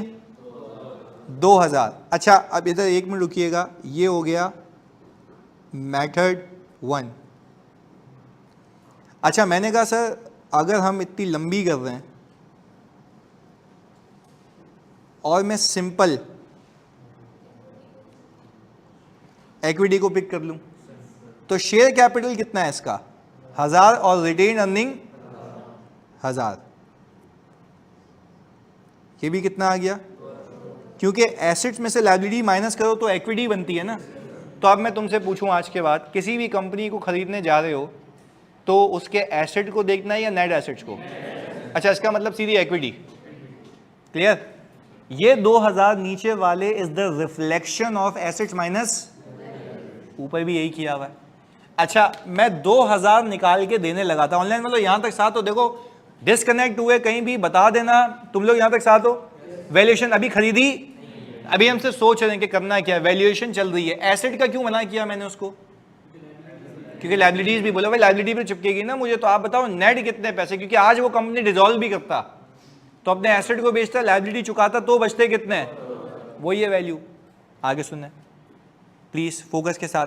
अच्छा, वो कंपनी की वैल्यू इंक्रीज कैसे होती है? जैसे कमाता है, रिसीवेबल्स आते रहेंगे, कैश आता रहेगा, वैल्यू बढ़ती जाएगी। अभी तो गेम शुरू हुई है, सुनना है अभी। मैंने कहा ये ले 2,000 रुपये। उसने बोला भाईजान सॉरी 2,000 रुपये नहीं, ये जो आपने एसेट्स देखे ना ये बुक वैल्यू है, कैरिंग अमाउंट है। इन एसेट्स की वैल्यू फेयर वैल्यू है, तो मैं आपको बेचने को तैयार हूं, इसके फेयर वैल्यू के हिसाब से पैसे पे करो। बात गलत कह रहा है वो? सही कह रहा है ना? पक्की बात है। ये कौन सी वैल्यू है? कैरिंग अमाउंट, और असल में फेयर वैल्यू होगी। तो मैंने कहा चलो सही है, रीवैल्यू करा दो आप। उसने बोला भाईजान खरीदना तुझे है, तो मैं क्यों कराऊं? जाओ मार्केट में कराओ वैल्यूएशन। उसको हम कहते हैं ड्यू डिलिजेंस। क्या कहते हैं? जो खरीद रहा है ना कंपनी, वो किसी एक्सपर्ट को हायर करेगा, वो वैल्यूएशन कराएगा तमाम एसेट्स की, सारे एसेट्स की। अच्छा, ये कौन करा रहा है? फिर रिपीट कर रहा हूं, जिसको खरीदना है, इन्वेस्टर। बात समझ आ रही है? चलें ओके। हमने कहा जब हम गए मार्केट के अंदर तो वो कह रहा है fair value of the PP 10,000 है। कौन सी तारीख पे? चलें, अच्छा अब मैं ये जो बैलेंस शीट दी हुई है किसकी? सब्सिडरी की, यानी टू बी सब्सिडरी की, उसमें पीपी कितना आ रहा है? 7,000। अच्छा, तो मुझे आप एक बात बताओ, ये बुक वैल्यू है ना? अच्छा, तो 7,000 तक तो रिकॉर्ड हुआ है ना, तो मैं यहाँ पे 10,000 प्लस कर रहा हूं। नहीं सर आपने यहाँ पे करना होगा 3,000। इसको हम कह रहे हैं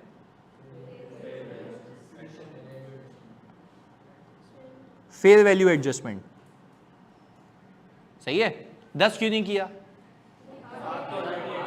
तो 7 बोल रहे हैं तो 8 है सर, वो इन्वेंट्री भी है ना इसमें, तो ये पूरे एसेट्स हैं, उसके अंदर 3,000 की कमी है। मैंने उसको वैल्यू किया, ये आ गया। अच्छा, सिमिलरली जब आप यहां पे आएंगे तो आपके पास यहां पे रिवाइज वैल्यू आ गई, वो आ गई सर 11,000। अच्छा, लायबिलिटीज तो अपनी जगह है ना, ये कितना हो गया? अच्छा, इसको मैं नाम दूंगा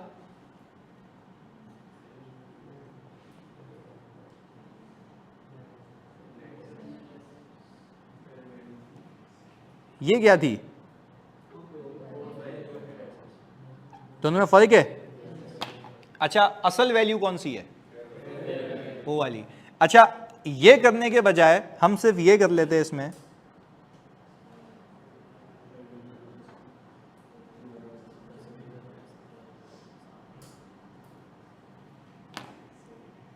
क्योंकि ये एसेट्स और लायबिलिटीज का डिफरेंस है ना।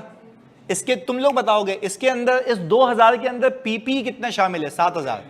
अच्छा, तुम लोग कह रहे हो कि 2000 के अंदर 7 कैसे हो सकता है? भाई एसेट 8000 के थे, लायबिलिटीज 6 की थी, तो 2 ये बचा था। तो इसके अंदर जितने मैं एसेट्स को बढ़ाऊंगा उतने नेट एसेट्स, तो सिंपल 3000 का डेफिसिट है ना, तो 3000 इसमें चिपका देना, आंसर ये आ जाएगा। मैं बोल रहा हूं ऊपर वाली लंबी नहीं करना, उसे समझाने के लिए। क्लियर है? तो मैं आपसे पूछूं, जल्दी से मुझे बताएं, प्लीज मुझे बताएं, मेरे नेट एसेट्स के अंदर एसेट्स का इंपैक्ट कितने का है? 8000 का। ऊपर वाले नेट एसेट्स में कितने का इंपैक्ट है? 8000 का। वो होने चाहिए 3000। तो जैसे ही मैं 3000 ज्यादा करूंगा मेरे नेट एसेट्स, तो मैं नेट पे काम कर लेता हूं। क्लियर है? तो यानी हम ये कहेंगे मेरे एसेट्स के अंदर जो 7000 का पीपी है वो होना चाहिए था 10 पे। तो जैसे ही अगर मैं ऊपर एसेट की बेस इंक्रीज कर दूंगा तो मेरे नेट एसेट्स भी उतने से ही, तो सिंपल डायरेक्टली एडजस्टमेंट कर लो। क्लियर है? याद रहेगी बात? चलें जी, तो हमने कहा fair value adjustment of PP. Online वालों प्लीज बताओ, यहां तक साथ हो प्लीज, जल्दी से सारे बच्चों। आयशा कह रही है यस सर, बाकी वेरी गुड, राइट, क्लैरिटी है यहां तक? ओके, क्या अभी हमने कंपनी खरीद ली, वैल्यूएशन चल रही है जी? 3000। भाई हमने उसको पैसे देने थे 2000 रुपए, हम देने लगे 2000 रुपए उसको। वो मुझे कह रहा है कि भाई 2000 तो नहीं दूंगा, ये जो तुम नेट एसेट्स मेरी नेट वर्थ देख रहे हो ये तो बुक वैल्यू है, असल में मेरा एसेट मार्केट में महंगा है। तो मैंने कहा ओके बता दो कितने का। उसने बोला भाई ये मेरी पंचायत नहीं है, तुम्हारी पंचायत है, जाओ वैल्यू कराओ। हम जब वैल्यू कराने गए मार्केट में तो वो नीचे लिख के दे रहा है फेयर वैल्यू ऑफ पीपी कितनी है इस दिन पे, और मेरी किताबों में कितने पे रिकॉर्ड हुआ हुआ है? 7। तो मैंने कितना कम रिकॉर्ड किया हुआ है? तो उसने क्या सब्सिडी ने गलत किया हुआ है? उसने अपनी अकाउंटिंग के हिसाब से कैरिंग अमाउंट पे रखा हुआ है ना। तो अब फेयर वैल्यू जो भी हो वो यही तो बोल रहा है, मेरे बाप का क्या जा रहा है, तेरे को खरीदने तू करा ले, मैं अपनी अकाउंटिंग पॉलिसी क्यों चेंज करूं? नहीं ये बात समझ। वो क्या कह रहा है, मैं अपनी अकाउंटिंग पॉलिसी तेरे लिए क्यों चेंज करूं जब तक मुझे ये पता भी नहीं है कि तुम खरीदोगे या? मैं तो अपनी अकाउंटिंग पॉलिसी कंसिस्टेंटली अप्लाई करूंगा, मैं थोड़ी ना रेट्रोस्पेक्टिव एडजस्टमेंट करूंगा तुम्हारी वजह से। तुम्हें खरीदना तुम देखो, मेरी अकाउंटिंग पॉलिसी कौन सी मॉडल है? Historical cost model. क्यों है? That's it, simple. वो बोल रहा है मैं तो हिस्टोरिकल कॉस्ट मॉडल पे बैठा हुआ हूं, मुझे इससे आगे कोई गर्ज नहीं है। पहले बताओ कहानी समझ आती है? सिंपल हिस्टोरिकल कॉस्ट मॉडल पे रखा हुआ है, हमने सिर्फ क्या किया, फेयर वैल्यूएशन कर ली। Sir what is subsidy revaluation model follow कर रही होती तो आप होते ही किस पे? तो क्या आपको कोई पंचायत करनी होती? अच्छा, इवन दो भी पंचायत कर सकते थे जब वैल्यूएशन कहीं बीच में हो रही होती और आपने वैल्यूएशन शुरू में की तब भी कोई एडजस्टमेंट आती। क्लैरिटी है? 3000 समझ आ गया जानी? हमने क्या किया, हमने कहा एसेट्स के अंदर कितने का शॉर्टफॉल है, तो हमारे रिवाइज एसेट्स कितने के हो गए, लायबिलिटी कितने की हो गई, तो net assets fair value of net assets. यानी अब कोई तुमसे पूछे इस कंपनी की नेट वर्थ कितनी है, 5000। पहले बताओ बात समझ आई? अच्छा, तो मैंने कहा इसका ऑल्टरनेटिव ये भी तो कर सकते थे, नेट एसेट्स 2000 है, तुम्हें पता है एसेट्स में कितने की कमी है, 3000 की, तो तुम्हें 3000 से, तो तुम्हारे नेट एसेट्स किस पे आ गए, 5 पे। ये भी क्या कहलाएगी, fair value of net assets. अच्छा, अब प्लीज खुदा के वास्ते बड़ी अहम चीज तो जो यहां से शुरू होनी है, प्लीज फोकस होकर देखिएगा, तो बड़ी इंटरेस्टिंग चीज है। इधर मैंने लिए 5000, मैंने बोला ये ले भाई कंपनी दे दे, इधर कितने % शेयर्स मांग रहा हूं, 100% शेयर्स मांग रहा हूं। उसने बोला अब मैं इतनी टेक्निकल बात करूंगा, फिर तुम्हारी सोच है इधर उधर हुए गए। फिर सुनो इधर, पहले मुझे बताओ, और जो मैं अभी मार्किंग करूंगा ना तुम लोगों के लिए बहुत अहम है, ये 3000 क्या सब्सिडरी की बुक्स में रिकॉर्डेड है? क्यों नहीं है?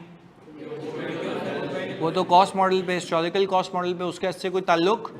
ये मैंने वैल्यूएशन की है, इस बात को याद रखना, उसकी किताबों में ये फिर भूलियो तो आगे पे भाई मसले वाली बात हो जाएगी, क्योंकि आगे कॉन्सेप्ट थोड़े से और टेक्निकल हैं। पर तुम्हारे लेवल पे आगे ऐसा भी नहीं करूंगा कि कोई मिस कर दूं जानबूझ के कि मुश्किल है, नहीं, बताऊंगा सब, पर तुम्हारे लेवल पे आगे भाई ये याद रखना उसकी किताबों में शामिल, और ना उसने चेंज किया क्योंकि उसका कुछ जाता नहीं है। चलें, मैं 5000 देने लगा उसको, उसने बोला भाई मेरी गुडविल के पैसे।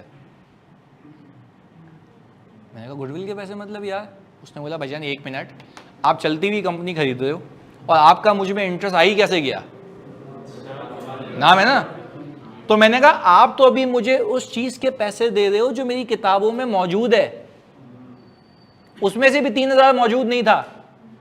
नहीं आई बात समझ? वो एसेट मौजूद था पर उसकी वैल्यू मौजूद। तो मैंने कहा अच्छा तो दिखाओ अपनी बैलेंस शीट, गुडविल का है। उसने बोला 1 मिनट, इंटेंजिबल तो है। उसने कहा कि मेरी गुडविल अल्लाह ने बनाई, कितने में बनाई मुझे क्या पता।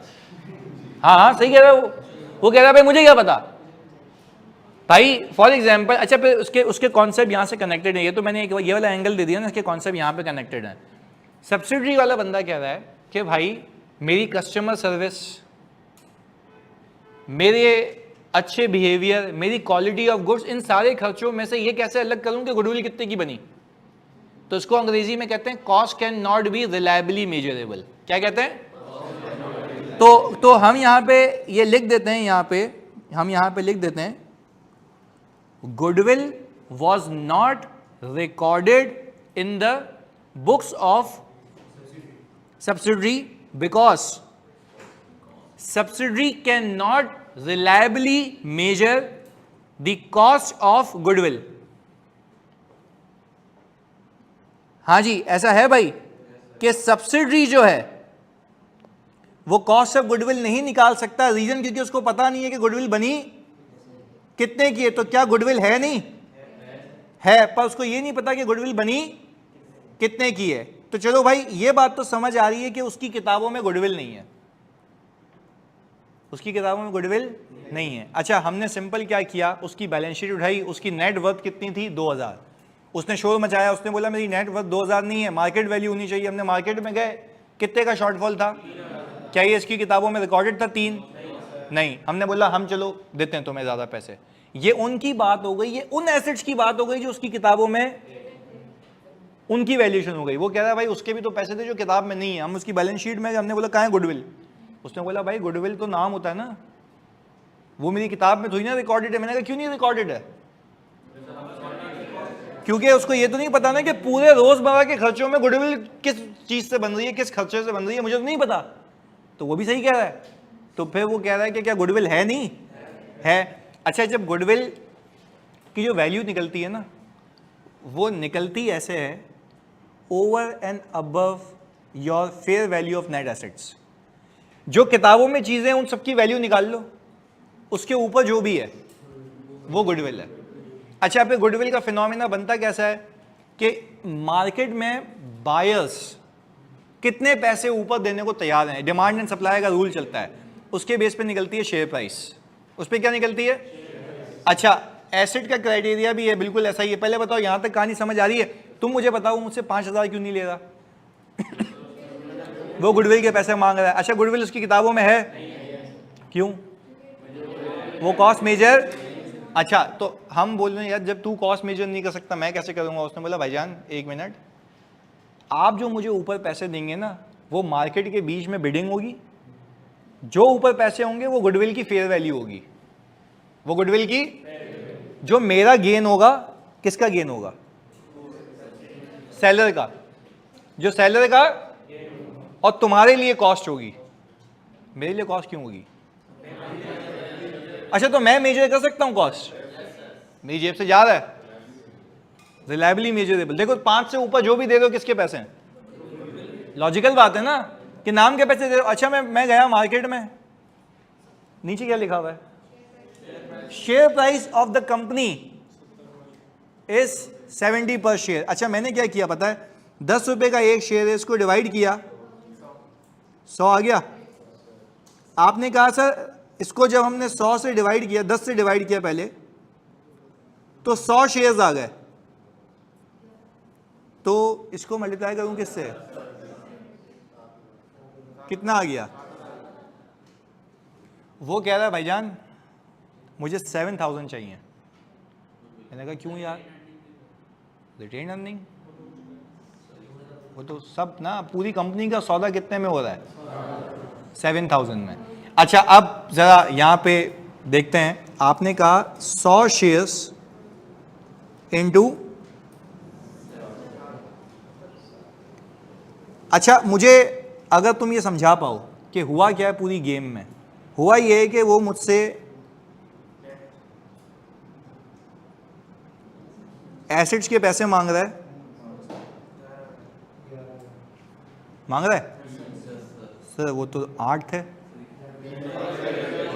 हाँ अब देखो, आप दिमाग चल रहा है ना डायरेक्शनल, इधर आप देखो, इधर गेम आसान बनाएंगे इसको, थोड़ा सा सबर। इधर वो बोल रहा है इसके पैसे नहीं दो, नहीं ना, नहीं मना कर रहा ना, नेट नहीं देंगे ना, क्यों देंगे इसके पैसे, वो तो नेट वैल्यू देखते हैं ना उसकी।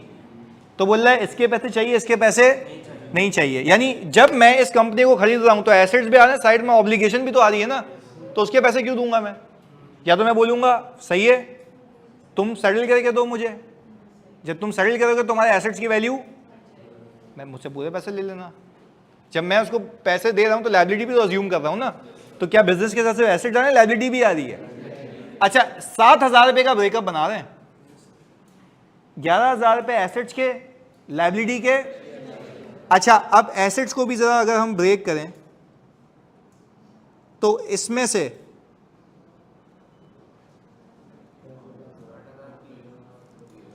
बुक्स में है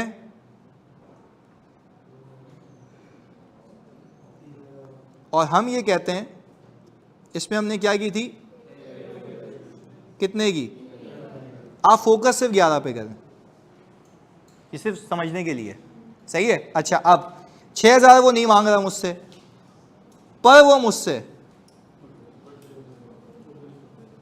कितने,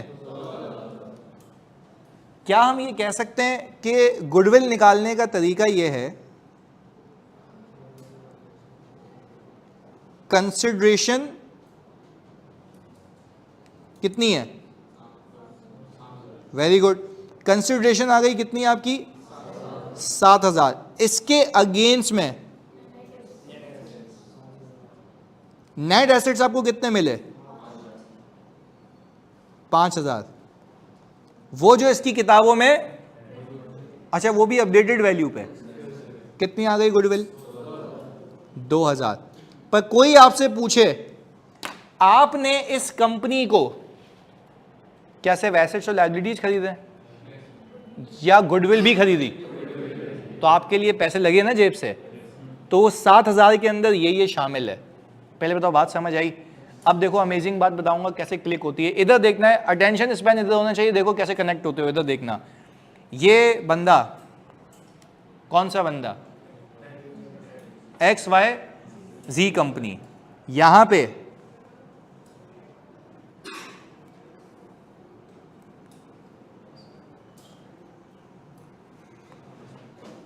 इन्वेस्टमेंट को डेबिट करेगा, ये कैश किसको गया,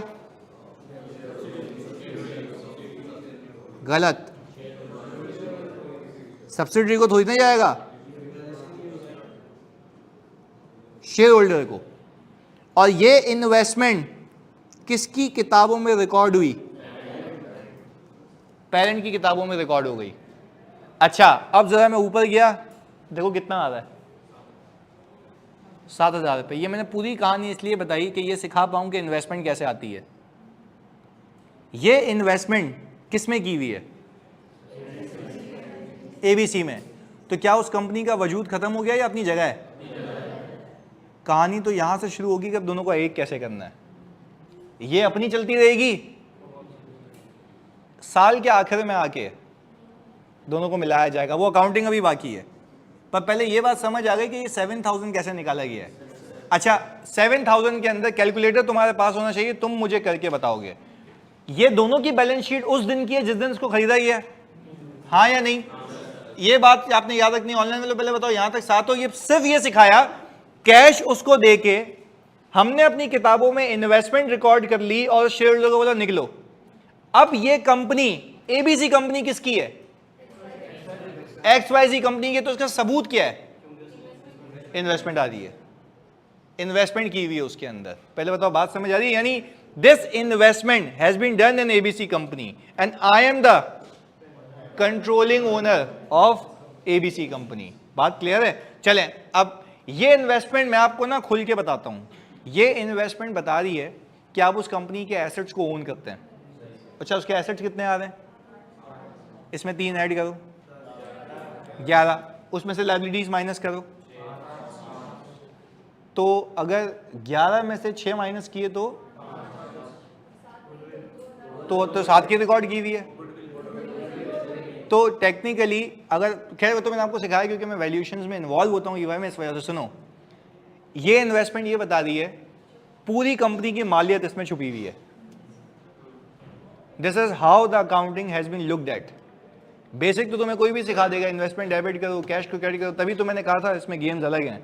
तो खैर, इन्वेस्टमेंट डेबिट, जो इन्वेस्टमेंट की वैल्यू दिख रही है वो पूरी कंपनी की अक्कासी कर रही है कि इस इन्वेस्टमेंट में उसके एसेट्स भी हैं और गुडविल भी है। तीनों चीजें आती हैं।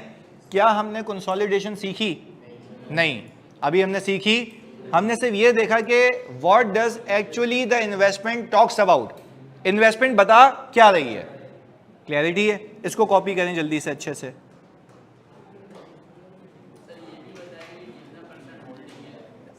हंड्रेड 100% है अभी तो। अब आगे जाके हम सीखेंगे कि 100% कम होगी तो क्या करना है। सही है? ऑनलाइन वालों प्लीज बताओ यहां तक क्लैरिटी है? जल्दी से।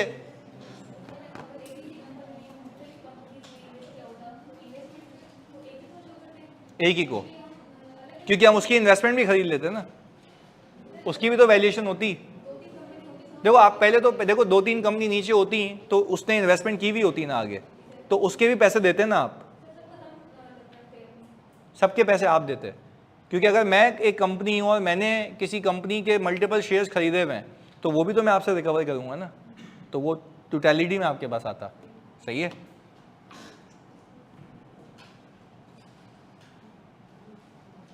अच्छा, शहीद कह रहे हैं कि सर गुडविल अलग से क्यों नहीं रिकॉर्ड की, इन्वेस्टमेंट में क्यों किए? तो भाई इन्वेस्टमेंट ही बता रही है ना कि टोटल पैसे किसके दिए गए हैं, एसेट, लायबिलिटी और गुडविल, यही है ना, तो उसके अंदर रहने देंगे।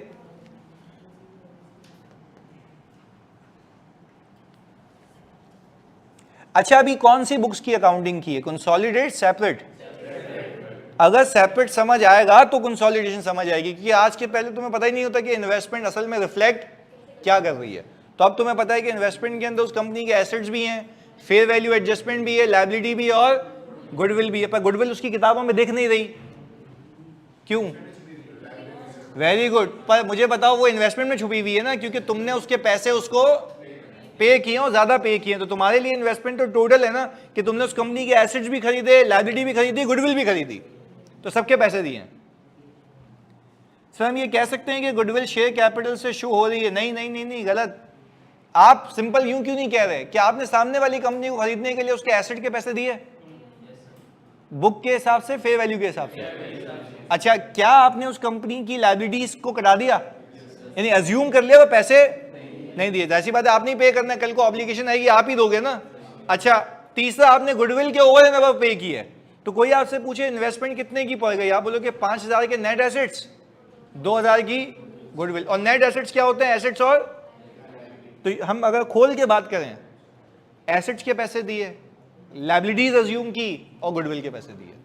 तो ये इन्वेस्टमेंट यही तो बता रही है कि सामने वाले की पूरी रिफ्लेक्शन है बैलेंस शीट की, जो पहले दिन पे। आगे क्या होगा वो एक एक करके सीखते हैं। अभी तक इस टॉपिक को इंडिविजुअली पढ़ सकते हैं, बिल्कुल इंडिविजुअली पढ़ सकते हैं, उसका पीछे से कोई ताल्लुक नहीं है सो फार। हाँ बिल्कुल ऐसा ही, सही कह रहे हो। शेयर अभी तो बताया भाई, शेयर की वैल्यू कैसे होगी बाकी डिमांड एंड सप्लाई से, क्योंकि 5,000 तो सबने लगा दिए होंगे। अब इसके ऊपर की बात हो रही है, बिडिंग चलती है कि मैं इतने पे खरीदूंगा, मैं इतने पे खरीदूंगा। जो मैक्सिमम होता है वो क्या होता है, फेयर वैल्यू। तो जो होती वो ले लेते, तो फिर गुडविल नहीं आती ना, तो फिर कुछ और होता, वो देखते हैं आगे। सही है।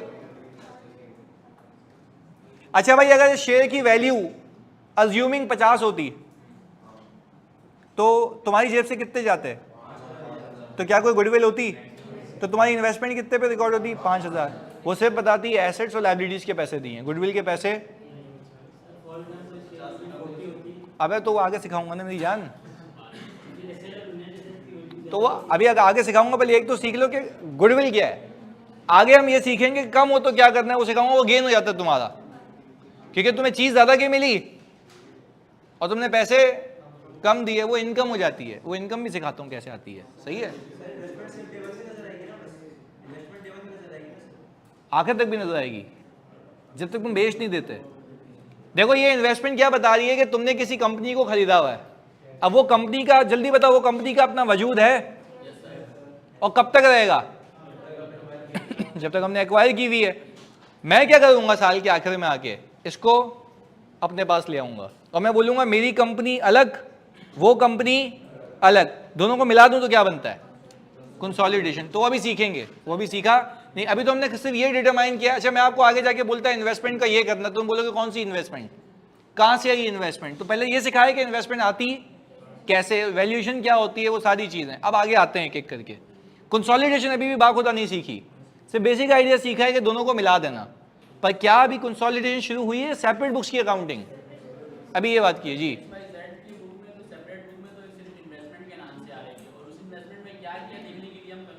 यस, उस इन्वेस्टमेंट में क्या क्या है उसके लिए हम क्या करेंगे, कंसोलिडेशन। अभी आगे करेंगे वो। सही है सर। यहाँ शेयर की मार्केट प्राइस डिविडेंड मॉडल से कैलकुलेट हो सकती है, यानी बिल्कुल हो सकती है। कैश फ्लो मॉडल से भी हो सकती है, free cash flows to firm, सब हो सकता है। स्क्रॉल अप करें, बस होने वाली है। चलो यूं कर लेता हूं ना, वैसे ही अभी तुम आगे कुछ करने तो दोगे नहीं, तो ये तुम कॉपी कर लेना, मैं तुम्हें पीडीएफ भेजता हूं। पर अगेन ये यहां तक रिवाइज करके आना, कल पहली बेस रखेंगे किसकी, कंसोलिडेशन की। चलें मिलते हैं अगली क्लास में। Thank you.